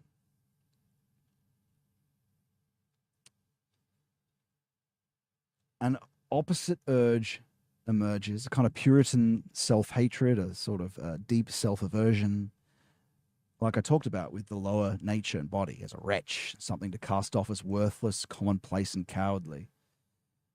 And that's a very real threat. And like I said, Nietzsche and went through that. And so many other famous figures have suicided themselves because of this and not passed that test. But what are we supposed to do? We are to lead the lost sheep to the Lord. So non-lightness can become lightness again. Like I said, we must love our neighbor as ourselves, will good towards them. We must do this internally like a teacher, like I said.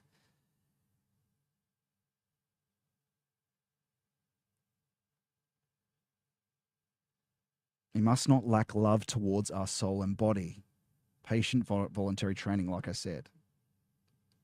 The burden of purification and spiritual contraction also, like St. John of the Cross, helps us to understand. Is God actually closer to us? So when you're going through these contractions, and read John of the Cross about this dark night of the soul, it's because he's purifying us that we feel that contraction and that sorrow. So it's a deep consolation to understand that. It's because he's so close to us. Because of our low nature, it feels that way. He's close to us, purifying us. Of course, it's the great second wine and the great joy as well. But in these times, it's a great consolation to know that. I'm pretty much gone through that, I think. So maybe it was good that we just moved on.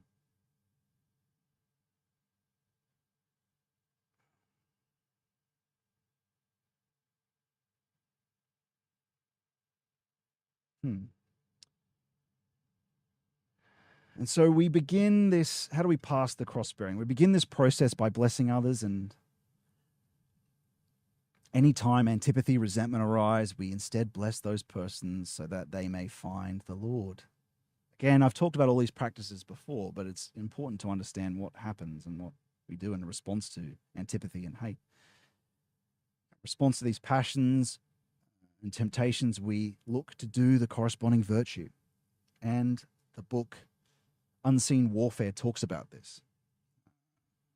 And the saints are great advisors, and the monastics are great advisors for what to do during the cross-bearing. But we're going to continue going on in this. This is a longer lecture than I thought it would be, but it's a complicated thing.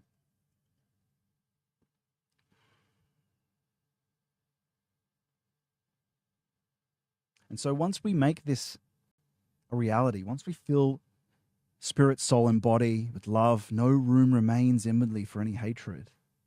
However imperfect that love may be, one's being has no room for hate. That's how we overcome cross-bearing, by loving everyone. Through the practices of obedience, poverty, and chastity, and all the things related to that. So the crowning with thorns was a victory over shame and fear. Likewise, carrying the cross is a definite victory over hatred, or over resentment towards the higher, and aversion to, this is what I was looking for, aversion to and pity towards the commonplace. So there was the Rosicrucians. There's a problem with the Rosicrucians is that they'd have pity for people that were sort of lower to them in that aversion towards the commonplace. But no, you've got to have faith in every, like Christ does, in every person, every man, woman, and the possibility that they can come to the depths. Pity is a Luciferian emotion. It's not love. It's pity. I have pity. You're lesser than me. No. You must love and have faith that they can also do the same thing you can. Everyone has the image of likeness in God. The Lord has endless faith in his children. And so must you strive to have, however imperfectly. Hate must be overcome in the spirit of these words. And this is the cross-bearing. It's difficult. Love thy neighbor as thyself. Thus we achieve loving cooperation between body, soul, and spirit. And then I talked about this stuff already, the next part. And I think that's everything for the cross-bearing. That's what really goes on. It's really characterized by that. No room remains inwardly for any hatred, like I said. But let's go on towards the crucifixion as we continue here. We're almost coming to the end. The true detail of the resurrection we're going to leave for the next lecture, but we're going to push on here.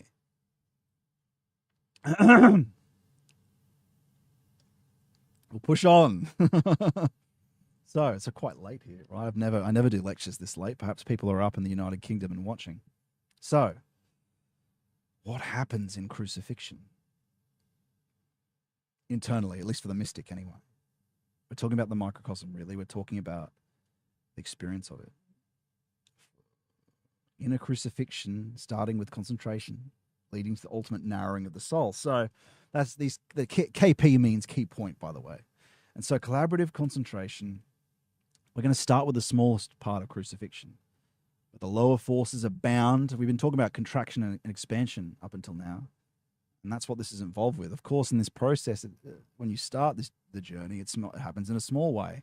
With your withdrawal, you are binding in collaboration what's going on. You are binding. It's a kind of binding, a withdrawal and crucifixion to all the desires and will of the world. It is, for the time one is practicing, a practice of poverty for the will of the appendages, which are the 5 dark currents of the will. You're sitting still, deep prayer and contemplation, concentration without effort.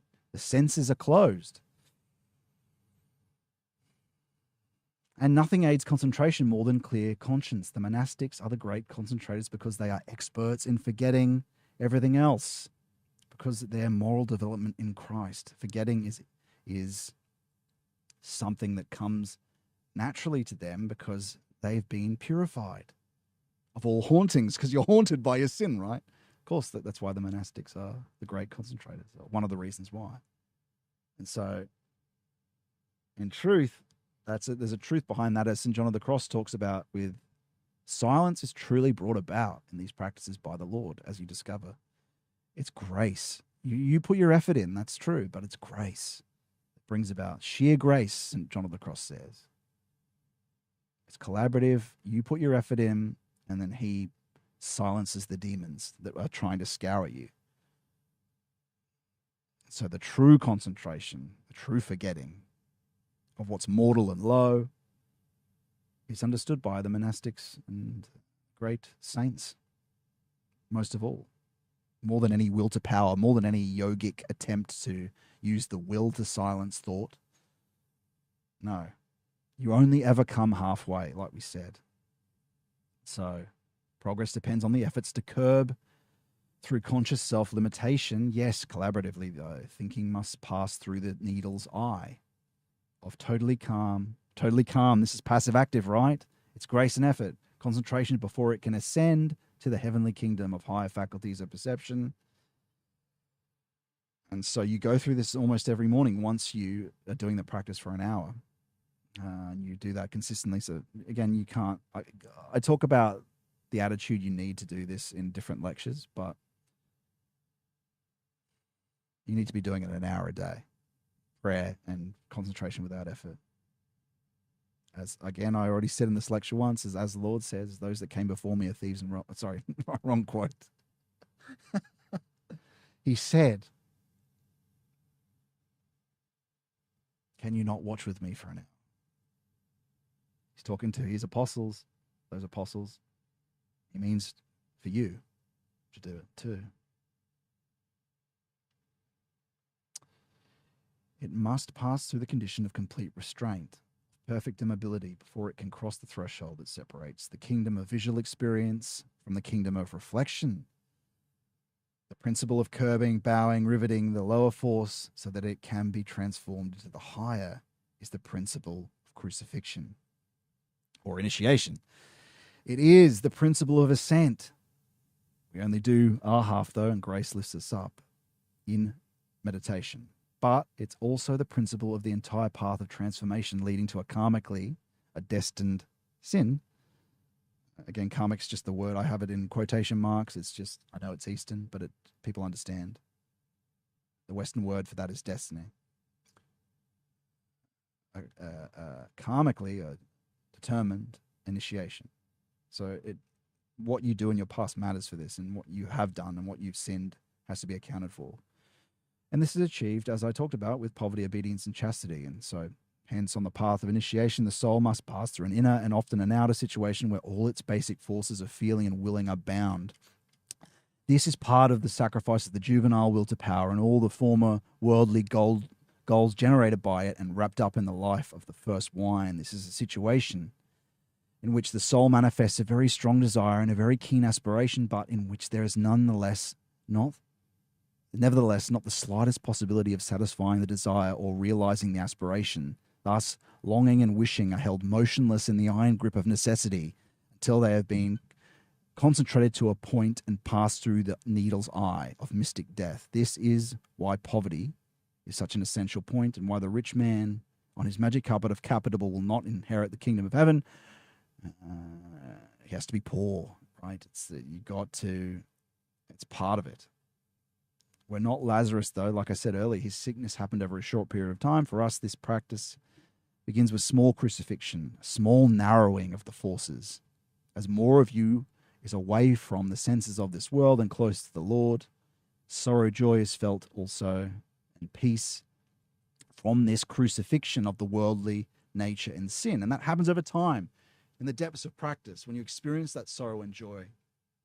When the Lord brings peace to you in the depth of your meditative, contemplative practice, it's because he's dissolving these worldly forces. He's crucifying you. He's granting you that crucifixion. His crucifixion is eternal. He can grant that to you as part of his miracles. That's also reflected in Lazarus's miracle of death, because he dies. He has to be sick for a while and then die, and then to be resurrected, and so too must you. And so it's like you are Lazarus. He will crucify you. He'll crucify the first wine. He'll crucify the will to power. And you notice it in the depths of practice once he brings that sheer grace of peace and sorrow, joy. And why sorrow, joy? Because the Lord's a synthesis of life and death. He's the water and the wine. The sorrow is a death. It's a small death. You go through many, many small deaths in the path towards Christ in the depths of these practices. And you'll notice those as sorrow, joy. It becomes more and more clear to you what's going on. Your lower nature's being crucified. What a great gift. So the principle of curbing the lower with the intent of transforming it into the high is called the narrow way. In the Gospels, the narrow way describes the path which narrowing or concentrating one's soul forces takes place so that they may be changed in accordance with the law of metamorphosis into higher forces in collaboration with the Lord. Grace. This narrowing of one's soul forces culminates in the condition called crucifixion. None of this is done without the Lord of God. Again, I always repeat this. It's so important. It's always active and passive. It's always in collaboration. But also, this narrowing we're talking about, as Valentin Tomberg articulates, is also called, this crucifixion is also called in the Christian Mysticism, intuition. In its finality, the final intuition, the final transformation is a resurrection. It's a culmination of all becoming towards Christ. So all the inspirations, all the vision, whatever you might experience, it's different for everyone, right? But they all, through all your concentration without effort practice and your devotion towards him and your withdrawal, the slow experience of this all builds up to a final intuition. All the intuitions that have come to you in the spiritual faculties actually lead to a final transformation. They're all mini transformations, if you can think about it like that. The final crucifixion or the final intuition is becoming Christ is characterized by intuition taken to its maximum. So you'll experience it in small ways, of course, all the time, right? Communication, you're separated from the Lord, then you become parallel to him in this process, and that's sort of coming into harmony like we were talking about earlier. Communication happens, intuitions happen, then this happens towards union and the final transformation. So all those communications, all those things in the depths of practice, all the sorrow and joy is all a slow becoming and transformation of you towards it. They're all micro crucifixions and micro slow becomings. It's a long, long, long process.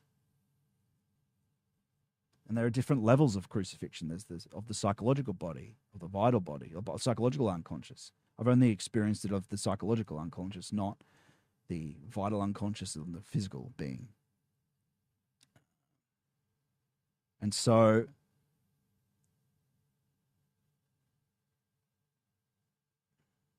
it is the point of death before mystic resurrection and later mystic union, as the tradition dictates. Leading up to this maximum crucifixion, we will feel hundreds of small ones like I just articulated. And it aligns with Christ's summer, winter, and spring aspects in the liturgical calendar. So we'll keep charging on here. We want to get this done. So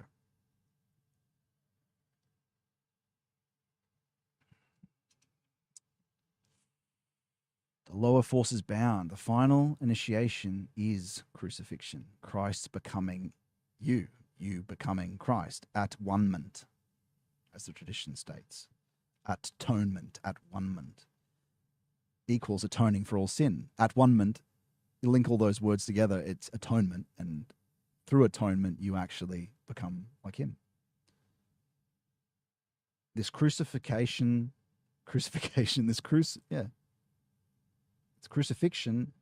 narrowing condition appears when cross-bearing has reached the point of uniting the two crosses, the low and, again, the non-likeness becoming likeness, the uniting the image with the likeness. The bright spirit cross and the dark earth cross, image and likeness are now no longer non-likeness. It's from harmony to union. When these two crosses interpenetrate so that for the human consciousness, absolutely no space exists between them. Personal consciousness becomes a single point that collects its whole being, and this is phenomenologically described. And I have experienced this to a lesser degree. It's like all your senses, your whole being is collected all your senses and faculties in one point of concentration in the depth of practice. From that, it's poured into the cross, your whole being. Just think about that symbolically. It shouldn't be treated theoretically, but the point of maximum cross-bearing is also a final identification with the cross, with Christ, your being becoming the transcendent self, you could call it. This initiation, final becoming, identification is also called union in the tradition. Like I said, experience differs. I already expressed that. One dies by becoming the cross. One no longer carries the cross, but unites with the human spirit and body, with the soul, spirit, and body united. This spiritual duty or higher human being becomes flesh and blood. The human blood system becomes the organ of spiritual truth. The higher becomes, so to speak, the lower, and the inner becomes the outer. And this is sort of explaining the phenomenology of what it feels like. I haven't had that final experience yet.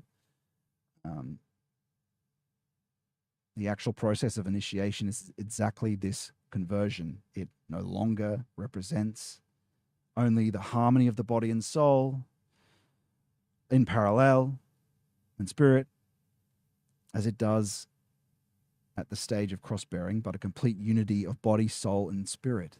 First, we walk in parallel to objective conscience. Eventually, he joins us. And so you experience him as a fact of your experience, a fact of experience, as I have and do. But completely is another thing. Complete resurrection is another thing. It's a long process. At the stage of crucifixion, one encounters the Lord just as the stage of the thorn crowning is preceded by an encounter with the lesser guardian, the archangeloi of conscience. You're meeting the conscience of the world, which is, of course, the Lord Jesus. This meeting is really an experience of the spiritual crucifixion of the world. It was actually known to Plato, who spoke of the crucified world soul. And so that is a description of this becoming and some phenomenology of it. And this is experience sourced from Valentin Tomberg when it's something I haven't experienced anyway. So that's a good citation for this. And also, of course, the saints and John of the Cross. So what is a theoretical internal description of this maximum crucifixion, this judgment? This is cited from Valentin Tomberg. So here, however, it is not just ideational knowledge of the fact, but actual experience of the world conscience in the person of Jesus Christ. Then, indeed, one experiences the fulfillment of a promise. Today shalt thou be with me in paradise. Spiritually, and you have early on in the process, which is represented by the wedding at Cana, and I've experienced an ecstasy, an out-of-body, a complete out-of-bodiness in mystic experience, which is a taste of this, which the apostles describe in the wedding at Cana when they experience his doxa and glory as a prelude, as a sign. They actually experience a moment of what it will be when today shall there be in paradise. And you may have this experience earlier on where you have that complete ecstasy or out of body in black, a black of all senses. It is a smaller version of this crucifixion, and I've experienced that. And what comes after is that doxa and glory and a seed for this later glory and doxa. And a taste of that true presence that the Lord is. You may experience that. Not everyone's experience is the same, but that's what occurred for me anyway. And so, spiritually and morally, the experience is to become the malefactor crucified on the left and who is now in paradise. In the higher spiritual world, it means experiencing today as the time in which the world conscience, the Lord, is present for one's being. He's in. So not even just more than just a more even than walking in the presence of God. It's eternity manifesting in the present. And this is more helps understand it. Again, you're only going to have an ideational idea of this by talking this talk of it. One experiences for the first time true presence today in paradise. It's what a way of thinking about this is like you're concentrating, your whole being is concentrated, and your memory is also forgotten, which is because your memory is a low temporal understanding of future and past, right? So in that forgetting, in that final intuition, you could think about the arms of remembering and the arms of future, the arms of projection, the arms of memory, reach up and touch divine memory, the mother, divine past and divine future. You could think about mother and father, the eternal, right? So it's like that. And so the true future is experienced directly, not just messages from providence, not just the eternal remembrance of the liturgical calendar, not just the feelings of it, but the true future and past, which is him. The eternal is both the alpha and the omega. You experience the alpha and the omega in the moment, because the temporal moment is kind of a fake moment, because the temporal moment, ontologically, as it's experienced to the existentialist, as it's experienced to the modern, is based on that past and future memory. So this process is a linking to divine memory, which is the entire history of existence, of what's of eternal value and the future at the same time in a concentrated horn of an angel. That's the resurrection that can be experienced by the mystic. And so I articulate it in other ways here, but it is not just an earthly moment that links past and future, but a reality. We awake to an apprehension of the cosmic reality of the present when we pass through the experience of on earth of intense concentration on the moment of mystic death or crucifixion. This on the moment, you're concentrated, your whole being, before it becomes poured into the cross. This on means to be with death, but with the angel's trumpet, like I just said, the total concentration of eternal good, alpha and omega, to be on death as death of mortal memory of past and future, and a remembering of the divine future and past, the eternal onto, meaning real, logical, knowing moment, not fake temporal moment, but ontological moment, which means the real knowing moment in final truth. That's a way of thinking about it. We experience this, however, just as the malefactor on the left, like I talked about earlier, the guilty looking on the innocent. This looking on the innocent is the essence of meeting the Lord as the crucified conscience of the world. And in a sense, you can think about it like this, is that it's the true recognition that we're responsible for his crucifixion and we're responsible for all the bad that's happened. It's to truly recognize that you're guilty and you're looking on the innocent. This meeting is at the same time the experience of the reality of the presence. Die Gegenwart, that's a German word, the reality of today in paradise. The today experience in paradise is the present awakening of conscience to a sense of human responsibility for the whole past and future and everything that's happened, the bad.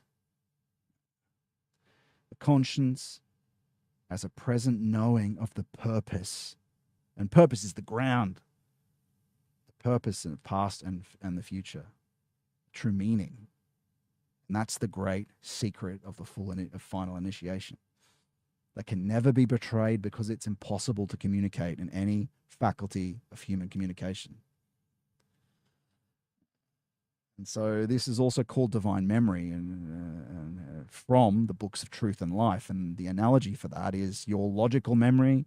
You've got an automatic memory and a logical memory that develop as you age. Again, because we're made in the image of God, you can draw an analogy from that to what these memories are. And so as you age, you develop a moral memory, and what is loved and what is morally understood will always be remembered. So there's three types of memory. There's automatic memory, logical memory, and And this is to the faculty of inner experience. And then there's moral memory, logical, and automatic. Automatic fades as you get older, and what is morally, what is loved is never forgotten, and that's true of divine memory too. You've got the book, the lower book of life that exists since Christ, the book of logic, of truth, which is the archetypes, the essential archetypes of everything. And so those are the things you interact with when you have experienced this resurrection. In esotericism, they call it the Akasha Chronicle. That's what Valentin Tolberg talks about. But this is very complicated stuff. But it should just give you a conceptual idea of what is possible for the mystic and what the saints go through. But the deep limitation of any of this and talking about any of this is it's conceptual. It's only uses in leading people to actually be inspired to do it, go through it, to find Christ themselves. The limitation is about it can't be communicated as an idea. It shouldn't be considered as some final. Now I understand it. No, you understand a very surface. What we all understand. We understand a very surface element of it. There's no guru. The whole purpose of any of this is to lead one to Christ where he can be, you have a close enough relationship where you can start following, where you can discern his will and you can follow it and you can discern when it's him and when it's false and when it's lies. When he can be disclosed as a fact of experience, when he can be disclosed as something to work in parallel with, for harmony, then he'll lead you to the union. He'll lead you to the crucifixion. He'll lead you to the resurrection if you put the time in. The key that's so important in all the lectures that I'm trying to talk about is to get people to this stage where they can ask him, where they can be led by him, rather than directly, where true conscience becomes accessible and you can just ask him and receive answers. Again, using the epistemic principle, again, using a criterion for truth, careful not to be deceived, using the tradition, and again, look at my lecture of the epistemic principle then. But the point is, follow me. It's the point of existence is supposed to be, it's not just this outside man. We're supposed to have a deep impulsions for him, for communications from him. It's very difficult to figure out how, though. But all his promises he keeps. And he can be. If you follow what I'm talking about, if you follow the tradition, it will become this way for you. There's no greater gift than to be able to just follow his impulsions through all the conflicts of duty of the world, conflicts of rights of the world. To be able to follow him is the greatest gift. To be able to ask him what's true. Is this true? Is this not true? Of course, again, you're always discerning. But to have access to that, man, what a gift. What a gift is reality. What a gift is the Lord's world when he came for us, keeps his promises. He's eternally there for you if you can just look away from the hypnosis and the seduction of existence and the ego. He'll come dwell within you.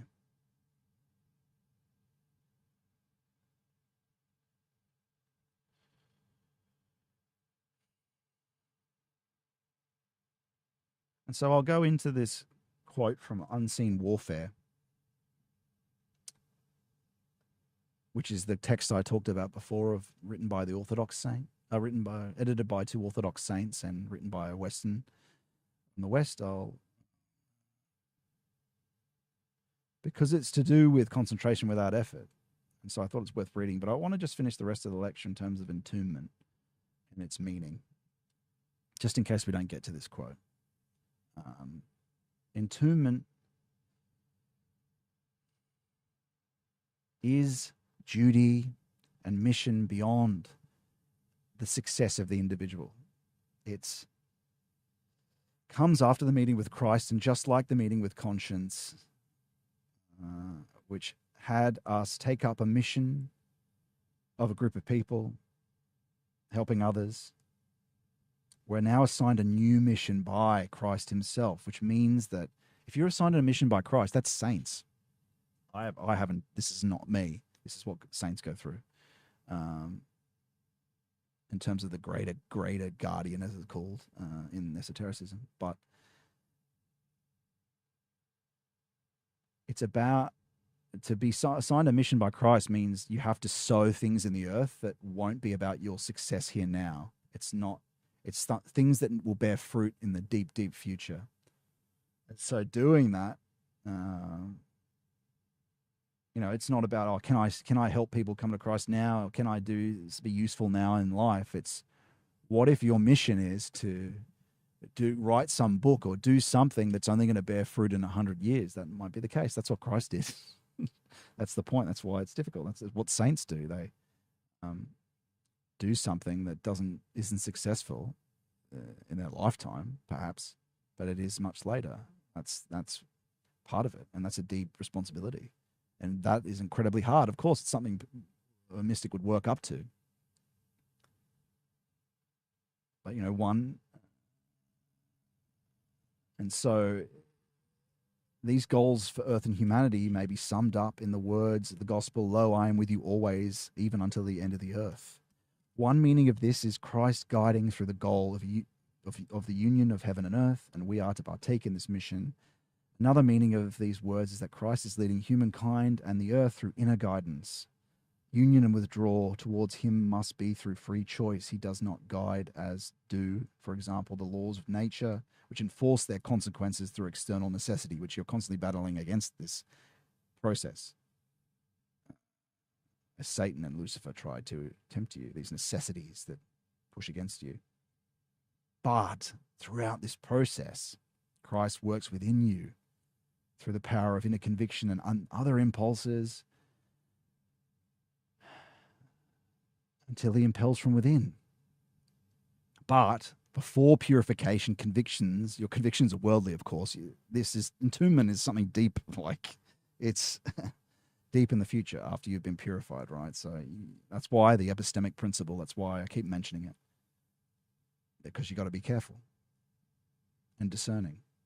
And so in place of the old law, the new law acquires increasing force. The new law cannot acquire force, however, until Christ and his impulses enter human beings. In this way, imbue human beings from within. That's what happens. As we know, his yoke is easy. This is the fulfillment of the promises. His promises on earth. The promise, I am with you. It's thus a necessity that arises from the nature of Christ in you when you've gone through the crucifixion. In this sense, Christ becomes a spiritual necessity of those who have experienced a meeting with him. It is not I who lives, but Christ who lives and acts in me. Hence, entombment is a repetition of cross-bearing, but at a higher level. Through it, one learns to no longer bear the cross of individual human destiny, but that of Earth's destiny and Earth's sin. Again, you're identifying with Christ. You're sowing seeds that won't pay until later in the future. This represents an enormous difference, not only in the scope of the trial, but also in its essence. Again, it's a complete transformation. You're working for death. You're becoming a synthesis of life and death like Christ, which means that you're not working for your success in this age, like I talked about. So it denotes moving up the hierarchy, as I talked about earlier. And when I talked about the replacement of angels. And so you do this duty in the hope and faith that by surrendering your whole being, gates will open through which the power of cosmic grace will miraculously erect the earth's cross again. You surrender to the grave in the hope of resurrection, all your efforts. Entombment is not just a spiritual experience that occurs once, it is especially a condition in which human beings must again and again, in 1,000 cases, choose entombment. They must decide in the form of actions that must be unsuccessful in the given situations. They place them in the tomb of earthly events, hoping that in the future they will rise again as results. Not in this life. It's not about success. But of course, he's going to help you, provide for you to do your duty. So it's not that there isn't success in individual matters, but in terms of the actual fruit of the actions you're performing, they very well may be in the distant future, especially if you've gone to this level. So you must also learn to act in ways that will not bear fruit into the distant future. This requires courage that no failure can daunt. And that's because he comes within you, that's something that's developed and provided for. I mean, this sounds very intimidating, but it's something you want to do as you develop. It's something you want to be a part of. We're immortal. We are immortal. We all are eventually going to be, it's not just this life. This has to happen at the end of time for everyone. So get started now. If you're even just realizing or listening to this video, it means that you've got an opportunity to do it now. And that's so important, to not waste any time. It means acting and working for providence, not merely for success in life. And so the resurrection itself is such a big subject. I'm going to talk about that in a lecture on its own. And I think I'll just read that other quote at a different time too, from Unseen Warfare. But it's just a very good quote about concentration without effort, so people know it comes from the tradition. Well, maybe I will read it. It's an important... Now, I want to talk about concentration without effort then. This is from Unseen Warfare, a very famous text. Quote cites the Filioque. I'm probably pronouncing that wrong. It cites that many times. But it talks about what we're talking about with hidden prayer, turning mind inward, and concentration without effort, essentially. It's what it's talking about. But what I want to read is that this is the most important practice in Christianity that's just not done enough. And he even mentions it here. I just want to read the bit that he mentions it. So, and if you want to start this practice, it begins this whole process. Again, of course, the Christian life is done around it, the 3 oaths, but this is the most important one. If you want to start this, go to my lecture, Start Today, the Practices of Christian Mysticism and Initiation. Now, what I want to read here. Here, however, the more effective and fruitful the method is, the more difficult it is to practice, and the fewer people today are willing to accept it. Indeed, few even believe in its power, including many wise men and teachers, both lay people and clergy. Again, look up this book, edited by 2 Orthodox saints. Very famous book. Lay people and clergy. Ignoring the teachings of the Holy Spirit and the numerous Holy Fathers who outline this method in the sacred text of the Filiocalia. I know I'm pronouncing that wrong. A book more precious and a very recommended book than any treasure. They deprive themselves of the Spirit's fruits. Meanwhile, even the uneducated and illiterate men, I guess me, often attain these fruits. For as the Savior said, God hath hid these things from the wise and prudent and revealed them unto babes. Let it be revealed to you, this concentration without effort. Those who do not believe in the efficacy of this inner practice and refuse to undertake it cannot understand its benefits. As the prophet declares, if ye will not believe, surely ye shall not be established. So there you have it. So many people don't think. It's not just prayer, it's concentration as well. And so that's the key practice. And even Valentin talks about that. It's the key practice of this whole process of initiation. And so many don't do it. Concentration without effort with prayer. That's it, guys. That's the end of the lecture today. Join the fellowship where we're all undergoing these practices. Read the Gospels. Enjoy the liturgical calendar as we move towards the Ascension. And what a beautiful time it has been in Easter. And it's a great privilege to be able to relay this stuff to you. God bless you. I'll read there's probably not often chats, but sometimes there are. I'll have a read and see if anyone wanted to say anything, and I'll respond. But we might have a Q&A, actually. There might be people awake in the UK. We can talk in the Discord. If you wanted to join and get in the Discord, we'll have a little chat after there. I'm a bit tired, but we'll have a chat after now in the Discord for everyone who's a member. You can join at scottmannion.com/fellowship, and also on my Substack. Check it out and join there. And I'm going to jump over now to have a look at these, see if there's any chats. Nature video. Oh, maybe I left the nature video on the whole time. I don't know. Let me have a look here. So, refresh that.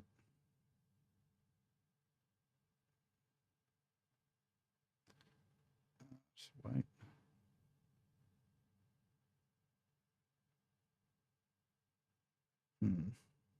I'll just do this.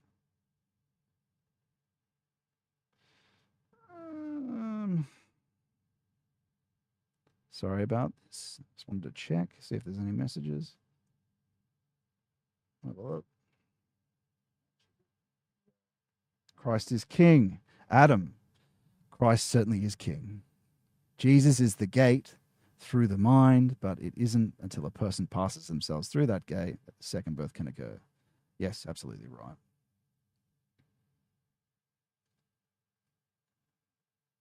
Knock, seek, you shall find, seek, knock, ask. It's all collaborative. It's always with Christ. Otherwise, it's not possible. And so, all right, I'm going to jump over now, guys. Well, I might check, maybe I'll just check the Twitter as well. All right, X. It's all right. There doesn't seem to be any messages here. All right, everyone. I'm jumping over to the Discord. I'll see you guys in there. God bless you. Thanks for listening. I hope that was fruitful, and I hope it bears fruit